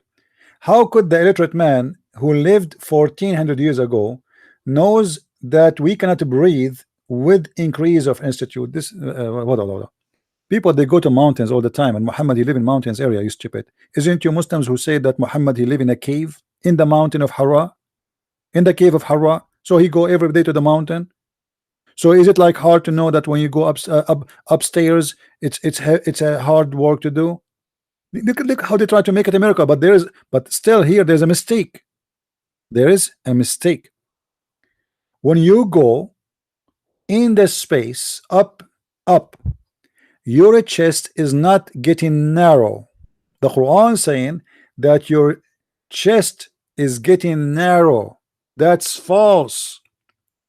The more you go up in the mountains or high, your chest space increase for very simple reason. The pressure is less.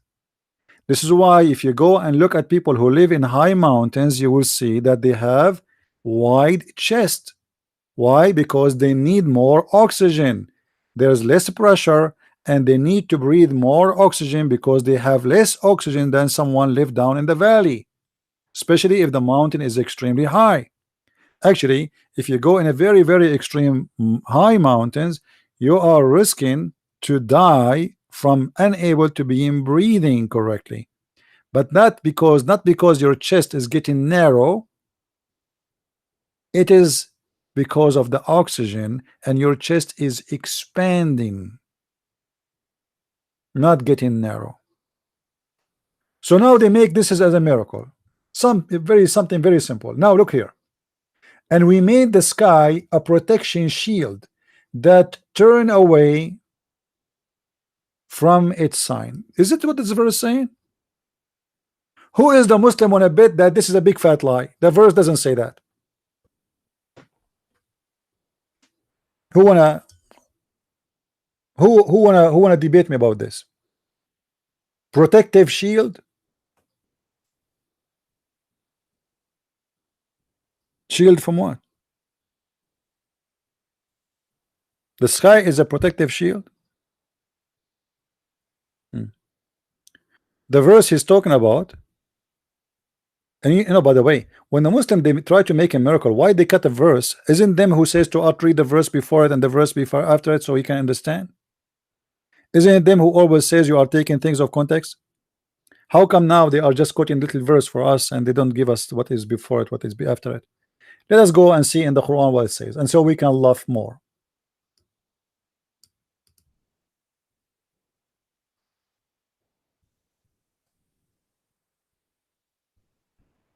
I've been in English instead of Arabic. وَجَعَلْنَا السَّمَاءَ سَقْفًا مَحْفُوظًا. Chapter 21, verse number 32. Okay, what does chapter is saying? وَجَعَلْنَا السَّمَاءَ سَقْفًا مَحْفُوظًا. We made the sky protected. But from who? The Muslims, when they speak about the atmosphere work as the following. This is the earth. Let us make an earth.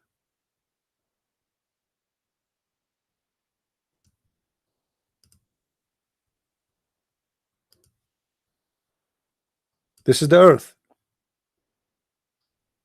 And then around the earth, we will make a different color. We have, let us say, the atmosphere is here. So if there is something try to go through,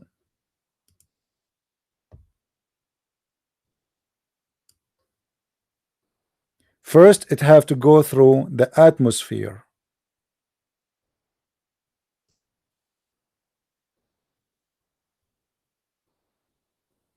What the Quran is speaking about is the opposite. In the Quran, the earth first is a flat, and we proved that to you in many places already today. So we have a flat earth, and then we have a mountain. It's called the mountain of Qaf. If you remember, it is an azure mountain surrounding the earth. and the color of it is a blue. Oh, we have to make it hold on. It's a blue mountain surrounding all the earth, and then in the top of it we have a dome. This is the sky, and Allah saying that we made the sky protected roof, but from going from in to out, not from out to in. The atmosphere, things try to go through the earth to the earth. What the Quran is speaking about, that you cannot get out, not get in. You see how they lie? The Quran saying you cannot get out in this direction, you stay in the earth. How we prove that? Let us get the Abdul busted again as usual.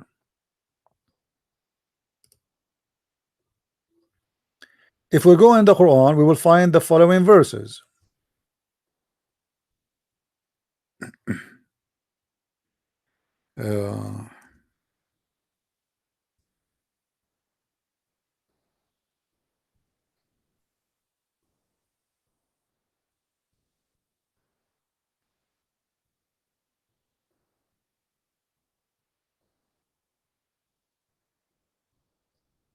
You see, the Muslims, they don't want to show you what the Quran is saying.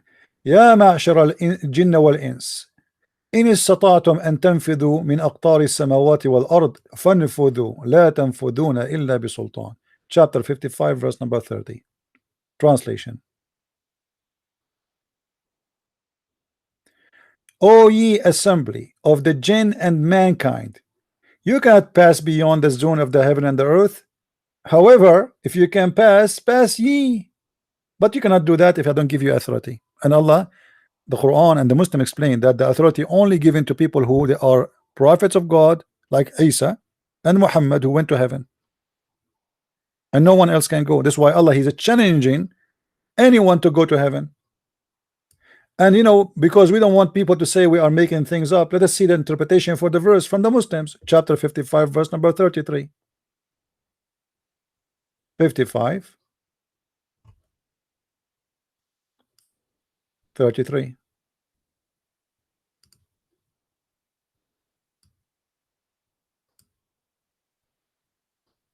O company of the jinns, means if you have power, if you are able to penetrate all, to break free from the regions, the extreme to the heaven of the earth, and from the raw of the angels, and penetrate them, then break free, flee.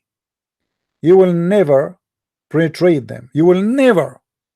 So what the Quran is saying, that a human being, neither genie, they can go out of the earth, and this is proven to be false, because a human being already went to the sky and out of the space. Not only flying in the airplane, they went out of the space, out of the zone of the earth. So here the Quran saying you cannot do that. If you don't like Ibn Abbas, by the way, we can change you because customers come first. We can go to Al-Jalalain. We can go to Ibn Kathir, who try to be always smart in the outing smart the Muslims. Oh, company of the jinn, if you are able to to exit from the confines of the region of the heaven and the earth, then pass through. A commandment, challenge to them to what they are incapable of doing. You cannot do that unless Allah He allowed you, and Allah He allowed only who? The prophets and the angels to do that. Now, so the atmosphere the Muslim trying to speak of, which is in this article, is a false interpretation for the verse. What about we read this article, this verse, we take it here, chapter 21 verse number 32, and see what it's the meaning in the, according to the scholars of Islam. Does it mean what they are saying? Let us see. Chapter 21 verse number 32. 21.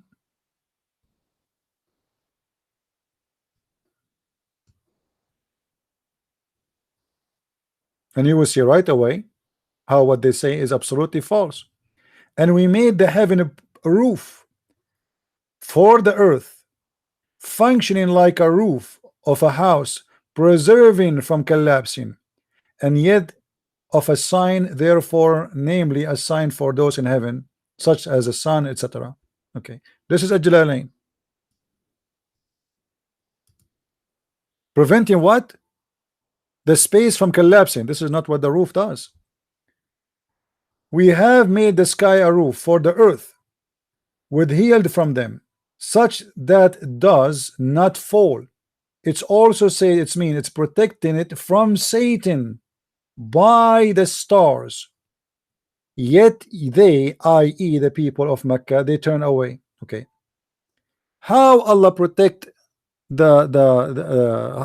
when Allah he made the sky protected roof from the Satan? What does that mean? In different verse, Muhammad he said that when Shaitan he tried to leave the zone of the earth, Allah shot him by a star in his ass. Please, if there's a Muslim he don't agree with me, he shot him in the ass, you let me know where exactly, if it is not in the ass. وَلَقَدْ زَيَّنَّا السَّمَاءَ الدُّنْيَا بِمَصَابِيحَ وَجَعَلْنَاهَا رُجُومًا لِلشَّيَاطِينِ. Translation.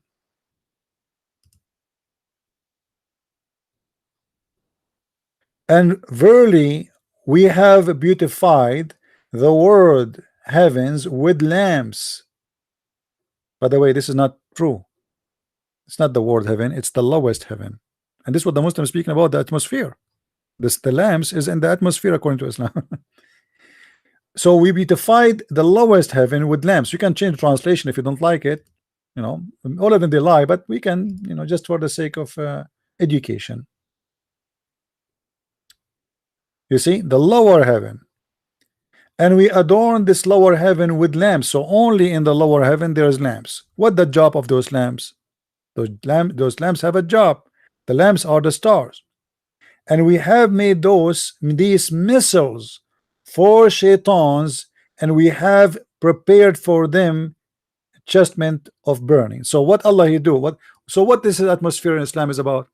Is not what the Muslims say, is that if you try, if you know, like Allah protected the earth from falling rocks. This is not what it says. If shaitan try to go and to spy at Allah or to steal from Al-Lawh al-Mahfuz, Allah will shoot them with stars, not shooting stars. This is the stupid Muhammad. He think that the shooting stars are stars. When we say that we're not talking about the meteor. This is a lamps, as you see. Those are lamps. So Muhammad he think, explain what he see as a Bedouin in the desert. What is those things is falling down? What is those things? Muhammad he came with the idea, or it was a legend in his time, that because Shaitan they try to spy at Allah, Allah he shoot them in their ass by lamps, so they cannot go and spy at Allah. How we can prove that? Not only this can be found in the interpretation, this can be found in the Quran. Do we have any Muslim here? Want to say no? Let us go to different verse. Allah protected the sky from what? You see, we are answering this scam here about Allah protecting the sky, because different verse Allah tell us he is protecting the sky from who? You see how they lie to us? Allah protecting the sky from the from the rocks. Allah protecting the sky from falling rocks, from meteor. What Allah protecting the sky? That will be answered in the Quran itself. If we go in the Quran, we will find this.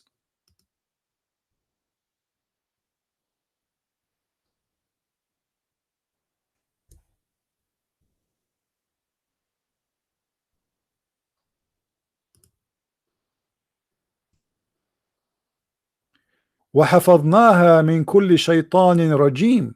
Translation. 15, chapter 15, verse number 16 and 17. It is we who have set out zodiacal sign in the heaven. Really, zodiacal sign? Okay. And made them fair seeming to all beholders. And we have guarded them from every cursed devil. By the way, this is a false translation, but it does the job. The Quran confirmed that Allah protecting the heaven from the devil, not the opposite. The devil is in the earth. The devil, he live in the earth. Remember, the Quran says in different verse, Allah, he said to Adam and Eve and to Shaitan, get down from it. And we certainly have made it a stronghold in the heaven, and we have made it fair seeming for the beholder, and we guarded what? Guarded what? The sky, the heaven, against every cursed shaitan. If there is a shaitan is not cursed, no, all shaitan is cursed. So the guardian of the sky is not what the Muslim they try to say to us. It's about atmosphere. It's about shaitan. He cannot get out. What else? How we can prove that shaitan here, the purpose, as we said, that the shaitan trying to spy at Allah. You see how something stupid and silly Muslim they make it a miracle and science. If we go in the Quran, we will find the following. All this story about protecting the sky is about Allah. He is having his own security because shaitan, he tried to spy at him. They work for the KGB and the CIA. إلا من استرق السمع فأتبعه شهاب مبين. Chapter 15 verse number 18. What this is saying? Read carefully.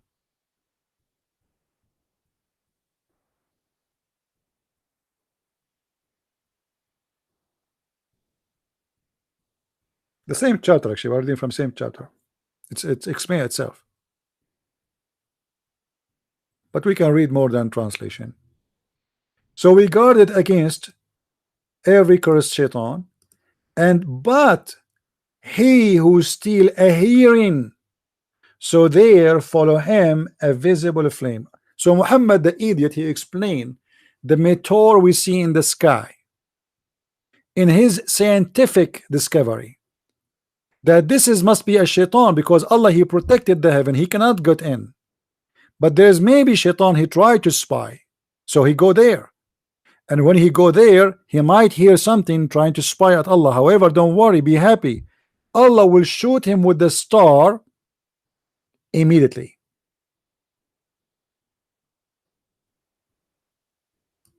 Do you see it?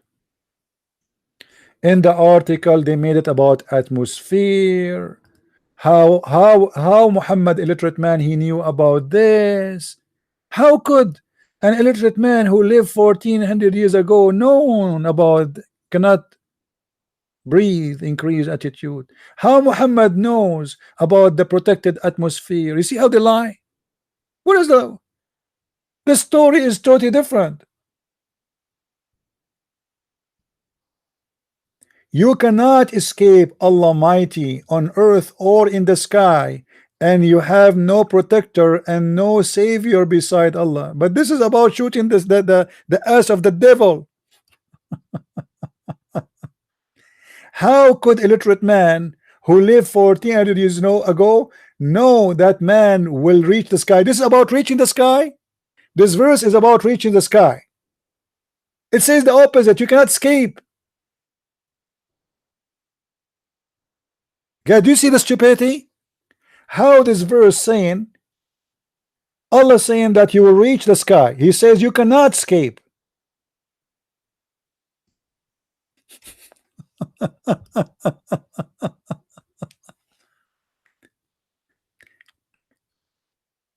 we are not done. We are not done. Let's see. There's one is more funny. Look at this one.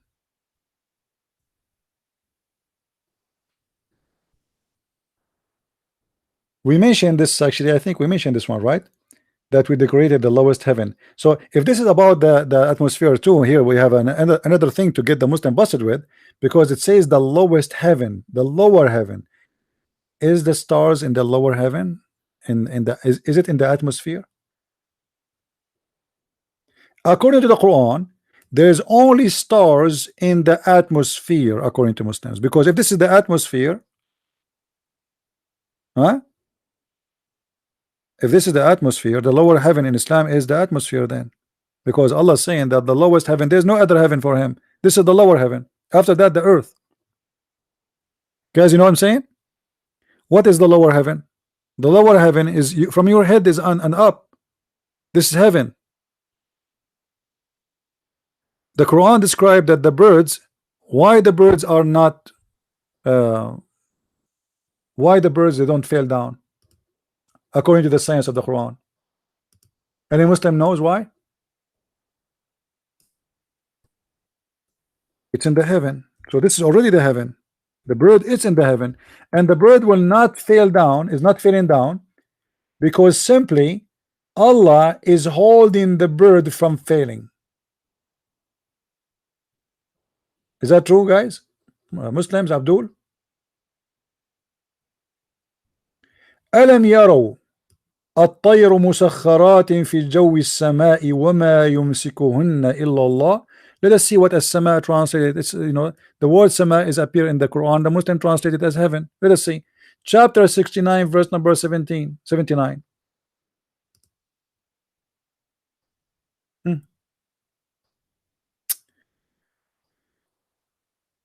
Do they not look at the birds has poised in the midst of the sky?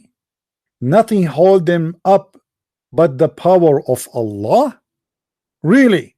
So the birds are not falling down because Allah is holding them? Is that right? I mean, this is obviously is a science. Okay, question then, based on this, what is holding the American F-16 from falling down?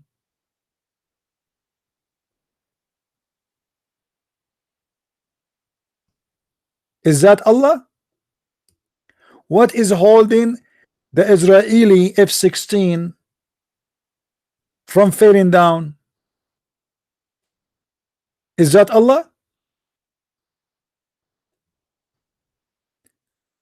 Do you see the science? This is all the science. Allah explaining to us how He is holding the birds from falling down. Okay, well, there's many things we need to explain now. How the satellite of the CIA spying at everybody in the world, including me and you, is in the sky now. They are held by Allah.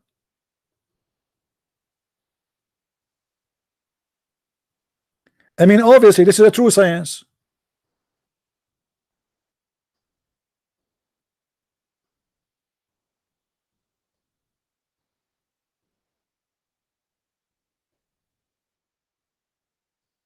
Who can, I mean, who can argue about this? I mean, it's very clear.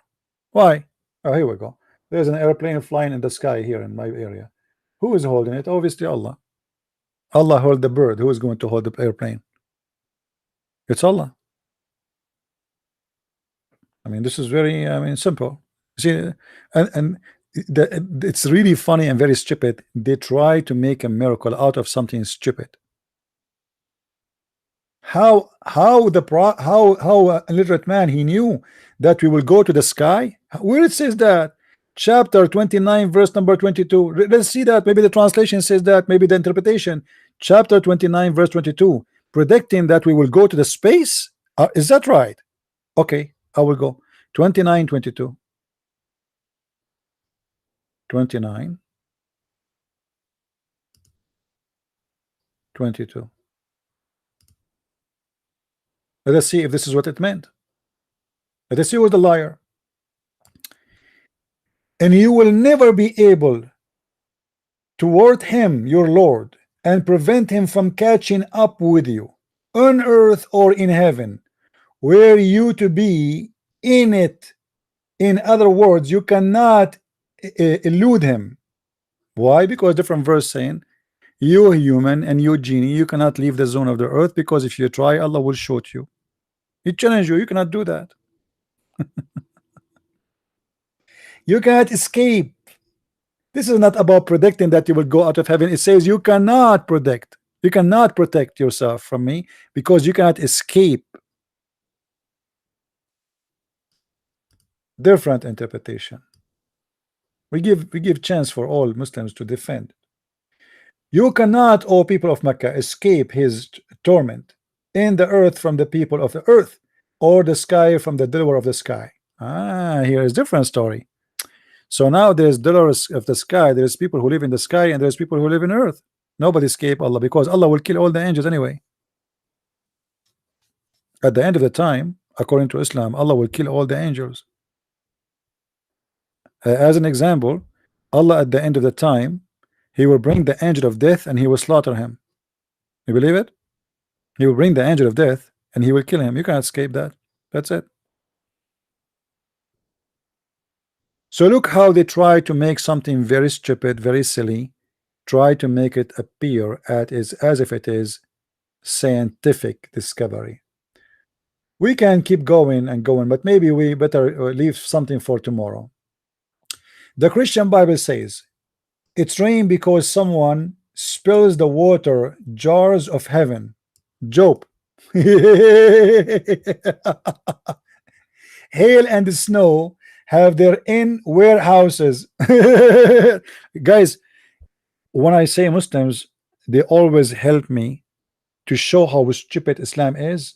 You don't believe it. If we go right now to Job 38:37, let us do that. Hold on.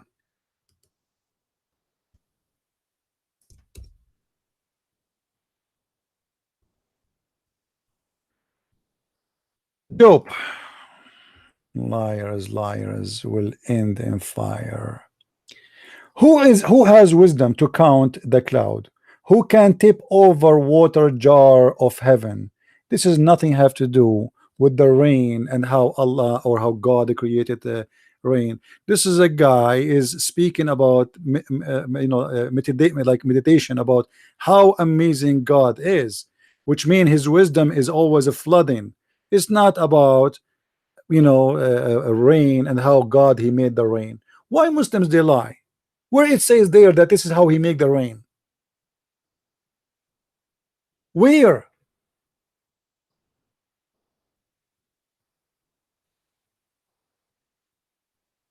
This is a metaphorical statement about the wisdom of God. It's endless. It's like you have a jar full of water and the water keep coming. This is not about rain. And then in the article they said, not like the hail and the snow there was in warehouse. Let us go to 30, the same chapter 22, 23 and laugh, because I will find you what the Muslims are saying in their Quran, not in our Bible. Same chapter 22, 23. Let us go there. Okay.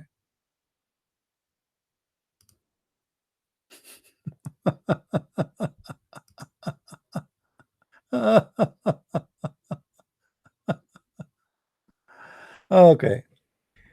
Have you entered the storehouse of the snow or seen the storehouse of hail? Let us open the verses and see together and laugh together at this and how the Muslims they try to fabricate stories. Hold on.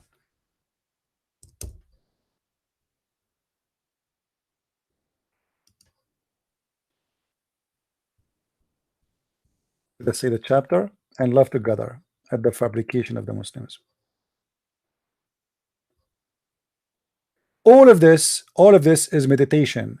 Nothing here is declaring that God He said I do this and I do that. This person, this is a man, is wondering how God He created everything, how amazing He is. You can read, actually, you know what, let us play a little bit of it and I can hit Job 38. Then the Lord answered Job out of the whirlwind and said, Who is this that darkeneth counsel by words without knowledge? Gird up now thy loins like a man, for I will demand of thee, and answer thou me. Where wast thou when I laid the foundations of the earth? Declare, if thou hast understanding? Who hath laid the measures thereof, if thou knowest? Or who hath stretched the line upon it? Whereupon are the foundations thereof fastened? Or who laid the cornerstone thereof? When the morning stars sang together, and all the sons of God shouted for joy? Or who shut up the sea with doors when it brake forth, as if it had issued out of the womb? When I made the cloud the garment thereof, and thick darkness a swaddling band for it, and brake up for it my decreed place, and set bars and doors, and said, Hitherto shalt thou come, but no further. And here shall thy proud waves be stayed. Hast thou commanded the morning since thy days, and caused the dayspring to know his place, that it might take hold of the ends of the earth, that the wicked might be shaken out of it? It is turned as clay to the seal, and they stand as a garment.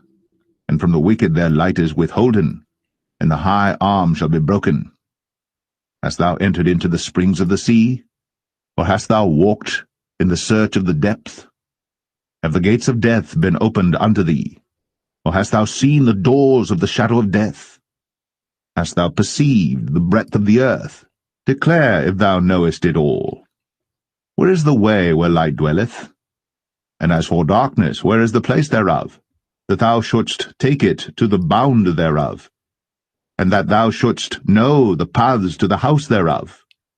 Knowest thou it because thou wast then born, or because the number of thy days is great? Hast thou entered into the treasures of the snow? Or hast thou seen the treasures of the hail which I have reserved against the time of trouble, against the day of battle and war? Okay. Hold on. Where is here the warehouse where God, he sent it from heaven? This is what it says. What it says here, that everything is coming is from God. The snow, the rain, the darkness, the light, everything we have is simply a gift to us. It can be bad, it can be good. Who is the one who created all those things? It's God. Who is the one who made the rain? Who is the one who made the snow? Who is the one who caused the rain to come on the earth? But there is nowhere, like here as an example, they said that God, he created it from a jar, right? Here, who caused the rain on earth where no man is in, etc.?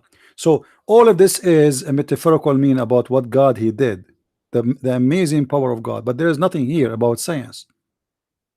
This man meditating with God, and he is receiving the answer that who is the glorious, who can be glorified more than this Lord? Who is the one who did all of this? However, as long as the Muslim they says that the Bible speak about there is a warehouse of snow, which it doesn't say that, and we are playing the verse in front of you. Nowhere it says that God he have a warehouse where he stores snow, and then he take from the warehouse and he send it to us. It doesn't say that. That is in the Quran. Read carefully. Hail and the snow, their own warehouses. So the Muslims now they admit that anyone believe in this is stupid.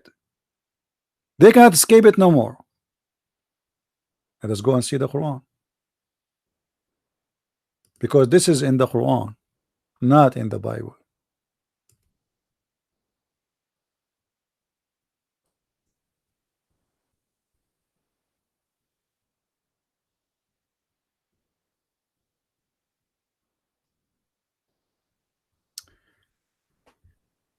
Chapter 24, verse number 43.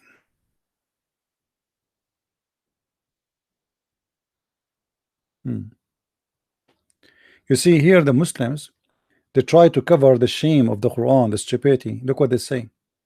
And he sent down from the sky hail like mountains. It doesn't say like mountains. Or they are, or like this guy is trying to fix it now. So trying to cover his ass, literally. Or there are in heaven mountains of hail where he sends down hail. This is what it says actually. This is what it says. It is the Quran who says that in the heaven there's mountains of hail and Allah break from it and he throw it in us. How we can prove that this is the meaning? Let us go and see the scholars. You see, we don't give a meaning for the Bible as the Muslim they do for our own. I mean, the Muslim he will give you a verse from the Bible, says, look what the Bible says, and he give it his own interpretation. In order to understand what the Bible says, learn the interpretation of the Christians for their book, because at the end of the day, that's what we believe. In order to understand what the Quran saying, don't give the interpretation, don't take the interpretation from a Christian prince. Read the interpretation of the Muslim scholars, not those scammers these days who try to fabricate meaning does not exist. Go to the original scholars of Islam, who they were as scholars of Islam for the last 1200 years. Not to someone, his name is Zakir Naik, who do not even know how to read the name of his prophet in Arabic. So let's go and see what the scholars they say about this. Chapter 24, verse number 43. Whatever the scholars they say, I accept it. Is that fair? Don't take the meaning, because he maybe Christian prince is lying. Maybe he got it wrong in Arabic. Maybe he don't understand Arabic very well. Maybe. All options is possible. 24:43.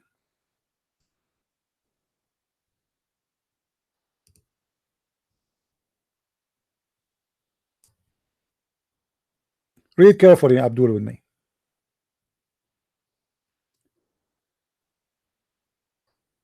Then he bring the cloud together, etc., etc., etc., etc., etc. Okay, and then he says, he sent down from the heaven mountains where is hail. Do you see it, guys? This is the true meaning. He said he sent down hail from mountains in heaven. Who is the one who have a warehouse for snow? Abdul. That is us or you? We went to Job 38:37. We went to Job 38:22, 23, and we found that whatever you said there about that is a lie. But we went to the Quran and we found that this is in your book in chapter 24, verse number 43. It's your God who is saying to us that there is a warehouse of snow, which is mountains, and then Allah he break from those mountains hail, and he submit the hail in the one he dislike. Do you see it? Do you see how they fabricate? They try, they make fun of you, but what they are making fun of is not in our book, it's in their book. How Muhammad 1400 years ago knows that there's mountain of hail in heaven? How he knew that? This is Quran. This is not a hadith. Quran saying that. You see, if you open the Quran in Arabic, it says it clearly, from min jibalin fiha, from mountains in it. All the false translation try to protect that part, saying from a cloud, like it doesn't say cloud. What a cloud? Cloud in the beginning here in the part.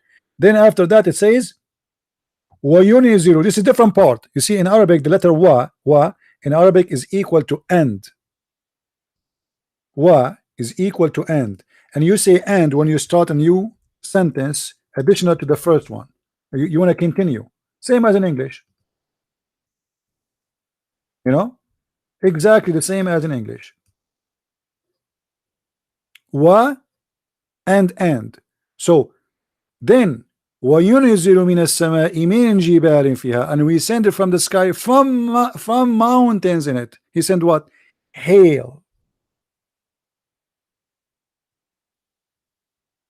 And because we are not a fraud, the same as those who try to make the Quran a book of science, we don't give interpretation for the verse up to ourselves. We go and see what the scholars they say. What about we go and see Ibn Kathir? Ibn Kathir is a modern scientist, or let us say scholar. He should be smarter. Maybe Ibn Kathir will protect Allah from being busted. Should we go and see what Ibn Kathir guy is saying? Let us go. What we will lose?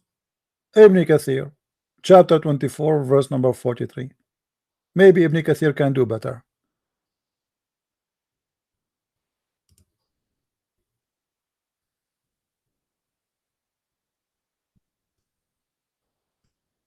When I say Ibn Kathir is smarter, because Ibn Kathir he was living in Syria, and he was associating with this with the smart Syrian people, who they are the Christians. So he learned not to be dumb, and he always tried to defend the Quran from the stupid things in it. But let us see.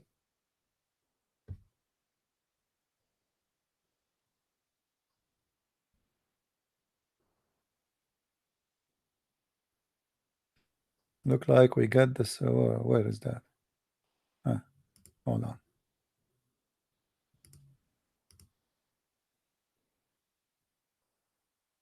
Let us see what Ibn Kathir is saying. Read carefully. He sent down from the sky, from mountain in it of Minik. Do you see it?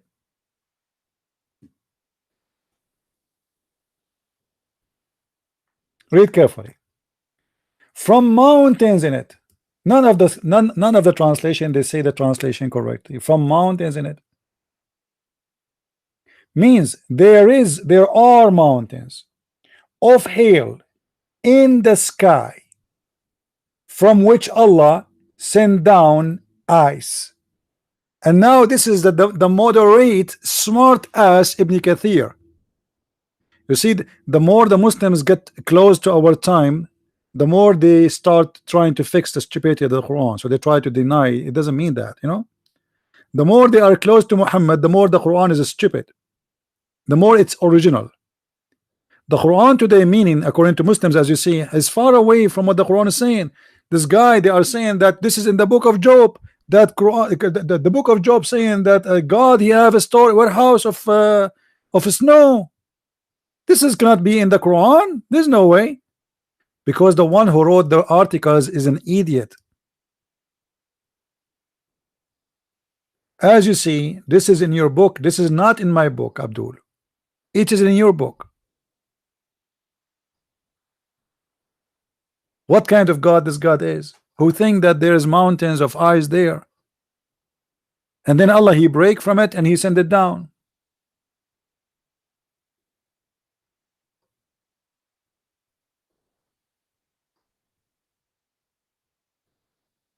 Do you see it? What about the chapter 13 verse number 13? As long we are talking about hail and rain, chapter 13 verse number 13 stating that Mr. Thunderbolt is an angel of Allah. Is that right?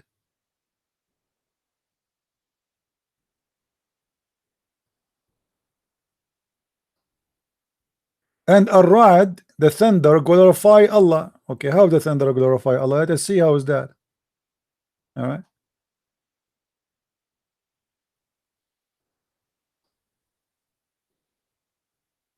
This guy, he didn't talk about it. Let us go to different interpretation. He did not mention.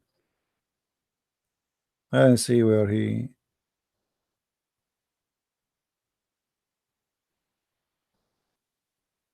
Guys, look what the thunder he says. Look what the thunder he said. This is Ibn Kathir. Abdullah narrated from his father that the messenger of Allah used to say upon hearing the thunder and the thunderbolt, Allah, don't kill us by your anger, and don't destroy us by your torture. All right. This is each time he hear the thunder. Okay.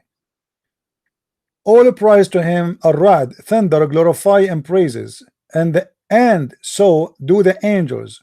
Because of his awi, he would say, this is a stern warning for the people of the earth. All right. But still here, he did not really give. Let's go to different interpretation. Hold on. I don't trust the English one anyway. You know, they lie in the translation.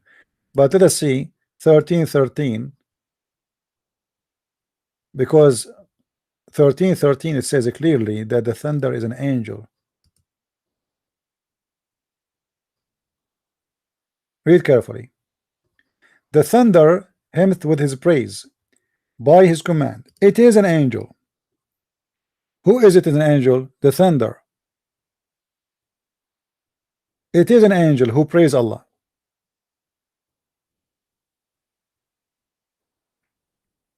and Allah he hurt with it whoever he will. I can take that as a metaphorical, no problem with me, you know, that yes, God can kill somebody by thunder, why not? I mean, he can, but this is not the issue. The Muslims, they believe that the thunder is an angel. Tafsir al-Jalalain, read carefully. And the thunder is an angel who is in charge of the cloud. So now we know who is in charge of the cloud, in case you do not know. It's an angel, his name is Mr. Thunder. I think we have enough for today, guys. Tomorrow I don't do live podcast, so we will do it maybe Monday. I want to say thank you for being with us. I hope today we cover many issues and we answer the Muslims in many places. And sadly, I have my Skype open and not even a single Muslim call, because obviously they knew that this topic they cannot refute. They knew, all of them, that the science of the Quran is nothing but a fraud. Quran is a book of science. By the way, I'm not claiming as a Christian that my book as a Bible is the book of science, because it's not meant to be. It does not have to. This is a book about God, about about believing in God, about how to live your life, about even how to prepare for death. It is a spiritual book, have nothing to do with science. But because the Muslims, they have nothing to prove their prophet as a prophet. He have no miracles except having sex with the children. If this is a miracle, even when he went to the 7th heaven, 7-11 heaven, in top of a flying mule, nobody saw him, not even his wife. Muhammad, he have no witnesses for anything. So they have to find a way, the world today, into science. Teenage people into science, young ones into science. So what we can do, let us manipulate the Quran and make it fit with science, and that will make many fools convert to this cult. Science in the Quran, this is the most stupid book ever.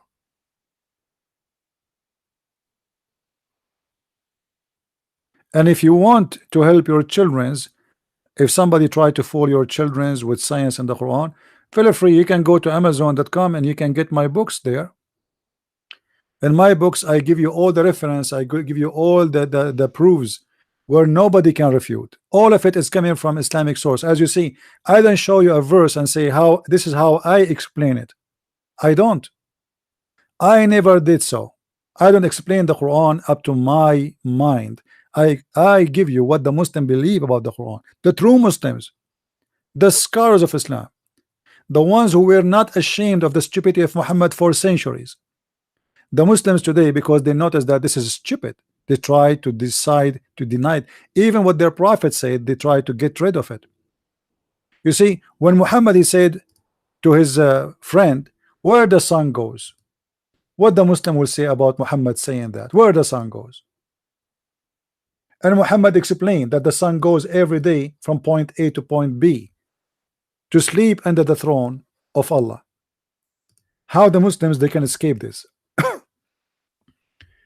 This is in Sahih Muslim, this is in Sahih Bukhari, and those are the most legitimate books in Islam. What they will say, they will say the prophet is stupid.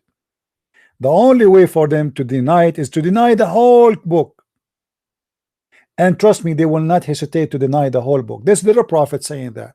This is not a Christian prince. This is not Zakir Naik. This is not Didat from like the world today. And this is not even scholars from the old days. This is Muhammad himself explaining the movement of the sun. It is the sun who goes every day from point A to point B. This is why it disappears.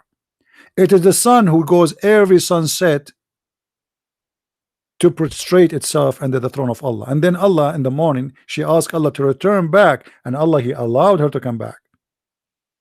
And even Muhammad, he quoted verses from the Quran to explain that. Chapter 36, verse number 38.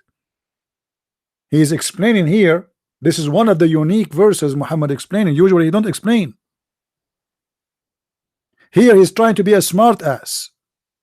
And the more Muhammad he talk, the more he make poo-poo. So now Muhammad, the smart ass person, he decided to explain. So suddenly he come to us with the amazing science. What the Muslims will say, Muhammad, he did not understand the Quran of Allah. They will say that Zakir Naik, who came 1500 years after Muhammad, he understands the Quran better than Muhammad. What they will say? They make fun of the Bible, that the Bible says that God created the sun in Wednesday. Didat, he was doing that. Didat, you remember? But Didat was debating people who do not know Islam. The Muslim always debate someone he is ignorant about Islam, just to assault you, and you have no choice to defend yourself from their books, because even if you answer them from your books, they will say we don't believe in it anyway. You are just wasting your time. But isn't it Muhammad who said that Allah created the sun in Wednesday?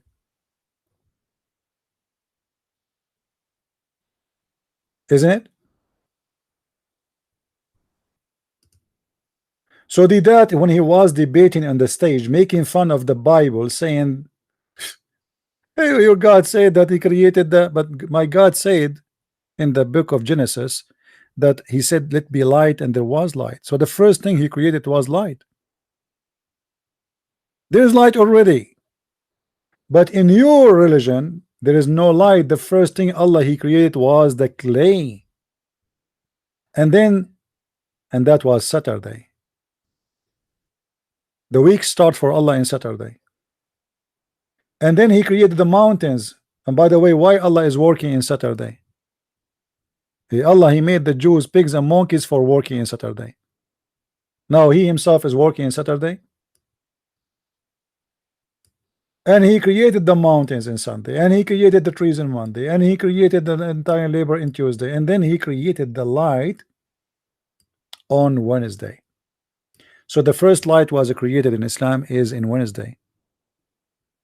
But in my Bible it says the first thing God he said let be light, there was light, and then he called the light day, and he called the night, the dark, called it night.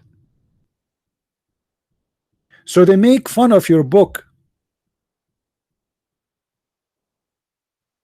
because they knew that you do not know their books, where you can get them busted.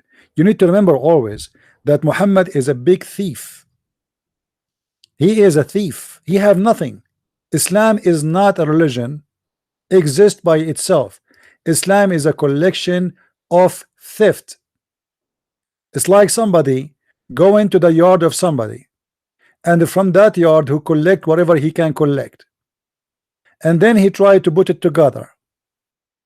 So in Islam you will find the cult, it's called Nasara, which is a group of the Jews who decide to follow Jesus as a master and as a rabbi. And Muhammad is confused between them and the different kind of a Christianity, so he called all the Christian Nasara because he never met any except the Nasara. Muhammad is confused between the stories of the Jews and the legion of the Jews. Muhammad is confused between himself, who is he, and what he want to be. This is why in the beginning he want to fast like the Jews, then he changed, he want to fast like the Arab, then he changed, and he want to fast like the Christians, and then he changed, he want to fast like the Sabian. So he decided to come with Ramadan. He was confused about the prayer direction. He want to pray, he was praying, trying to convince the Jews that he is a Jew like them. So he was praying toward Jerusalem, praying toward the temple of Jerusalem, the temple of Suleiman. This is the truth. The Muslim, they say to you Aqsa and the Aqsa Mosque. Muhammad is praying as the Jews they pray, for he is trying to convince them that he is a Jew. But when he get to the point, he knew that the Jews will never believe in him. Muhammad, he said in the hadith, if 10 Jews only believe in me, all the Jews will believe. He could not make 10 Jewish people believe in him. So Muhammad was a failure person. His success was by the sword, and actually even by the sword in his time he was not too much successful. The spread of Islam happened after his death, by the children of Muawiyah, for he was a criminal. He loved money. He wanted to bring slaves from everywhere, money, women for sex from everywhere. Islam did not spread really much in the time of Muhammad. Muhammad did not take Jerusalem in his time.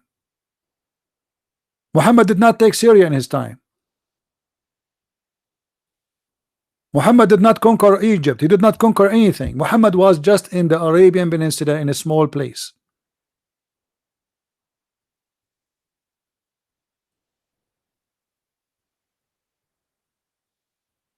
And right away when Muhammad he died, we know that there is, you can go and search right now for something, it's called the War of Apostate. What is the War of Apostate? This is additional proof of the failure of Muhammad to convince people that he's a prophet. Nobody believe in him. Why people they want to go apostate in the day Muhammad he died? Because simply they've been forced to convert to Islam. Nobody is convinced. It's like Hitler. He forced everybody to be a fascist Nazi, and then Hitler died. In the same day Hitler he died, everybody decided not to believe in the fascism. This is exactly what Islam is about. So when the same day Muhammad died, people start not want to be Muslims. So you can go right now and search for the War of Apostate, and you will find that the Muslims, in order to make people stay Muslims, they have to go after them in war and kill them. Those are Muslims already. But the day Muhammad he died, they decide to stop following Islam. And that is a clear proof that Islam was not a choice. Islam was something they've been forced to. And until today, if a person, have you ever heard of a country, all people there, they have one religion? You might say to me, the Vatican. The Vatican, my friend, is not a country for citizens, is a country for monks. So it's very normal. We are talking about a country, have women, children, men who live there, live what kind of jobs. The whole country, Saudi Arabia, have one religion. There's no Saudi is allowed to be anything except a Muslim.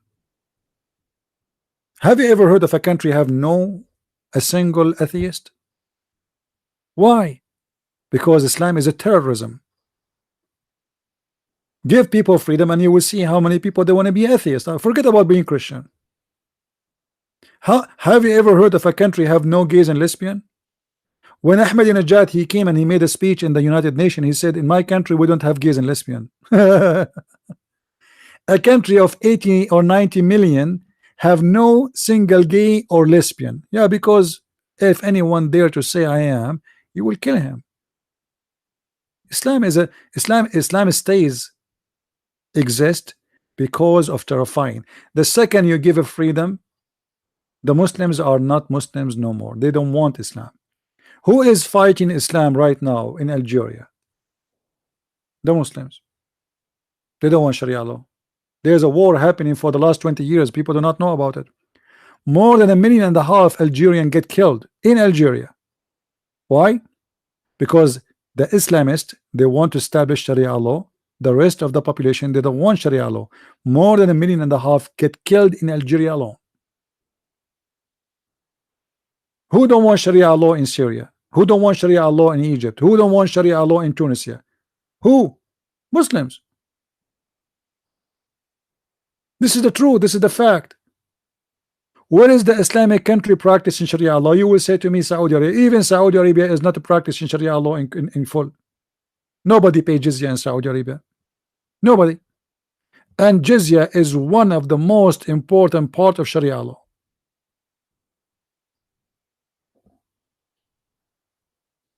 Having American airspace in Saudi Arabia, in Qatar, in Emirat, in Bahrain is a breaking of Sharia law. Because you cannot do that. The Quran says whoever take them as a friend, he is one of them. Whoever take them as a friend, he is one of them. Is a kafir.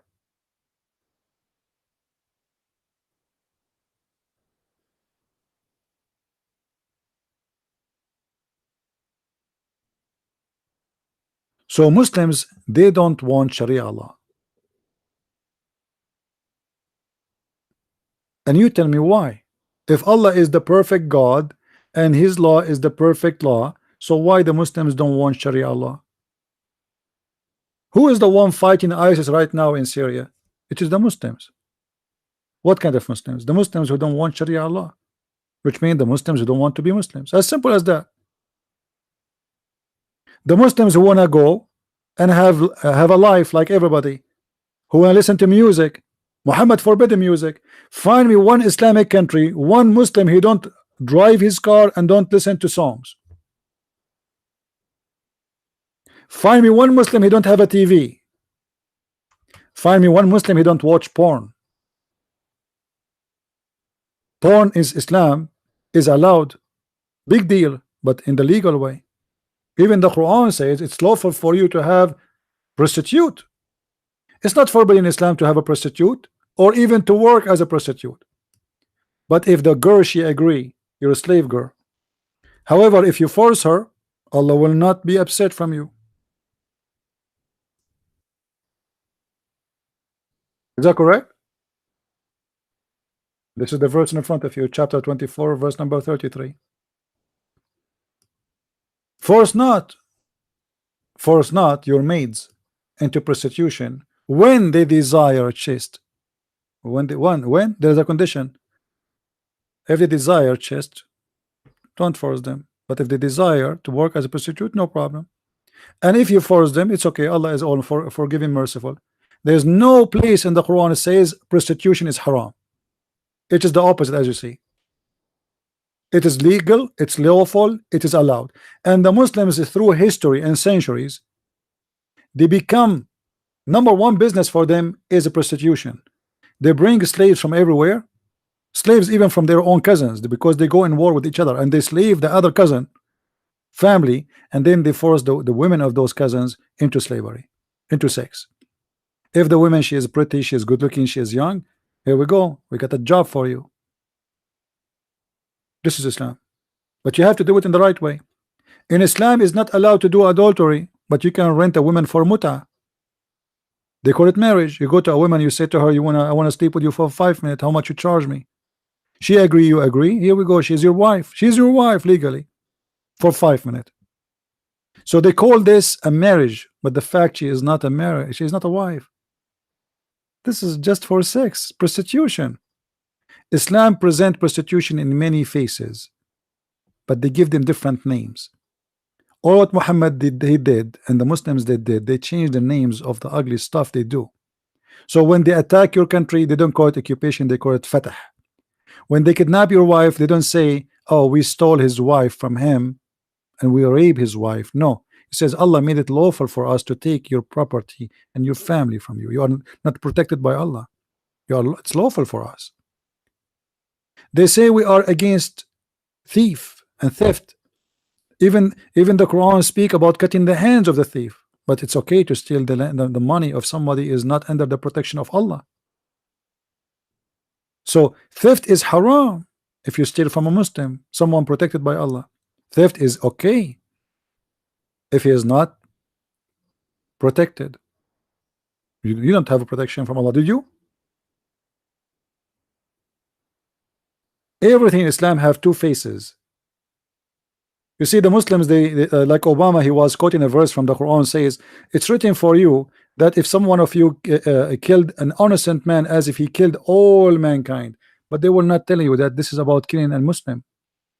This is not about killing non-Muslims. The Quran, all of it saying go and kill them, kill non-Muslims. Chapter 9 verse 29 says go and kill specifically the Christians and the Jews.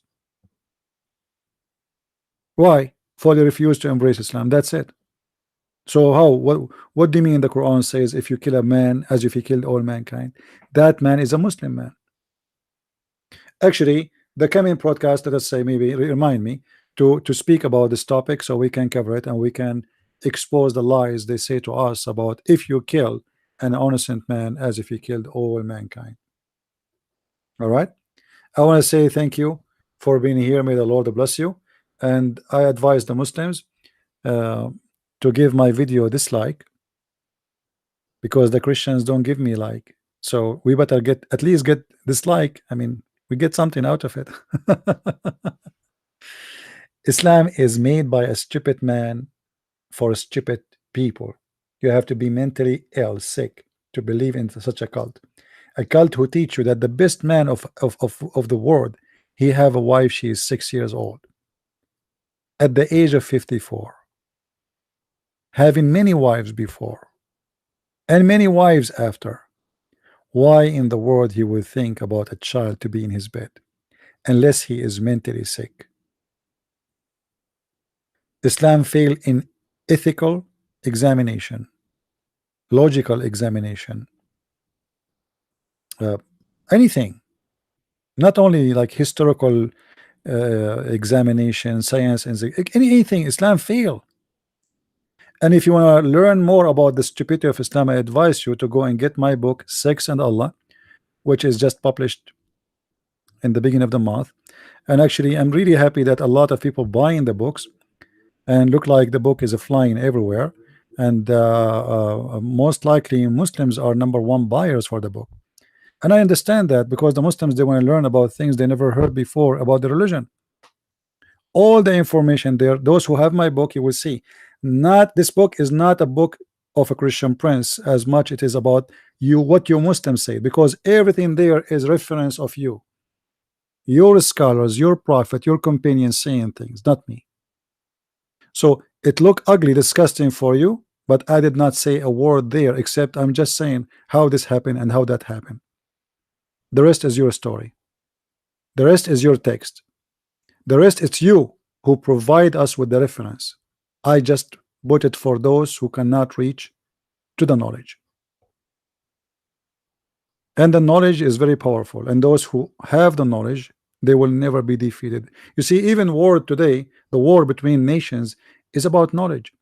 Who is the one is losing war? Is the one who don't have knowledge. Who is the one who win war? Is the one who have knowledge. Why Israel is a super powerful country, a country of 6 millions? Because they have knowledge. Otherwise, the Muslims, they can eat them like a snack. We have more than 1.5 billion Muslim, and we have 6 million Jews. How those people, they can protect themselves? Knowledge. Knowledge is power. So I advise all of you to educate yourself. For the more you educate yourself, you are a different and new person. Education change you.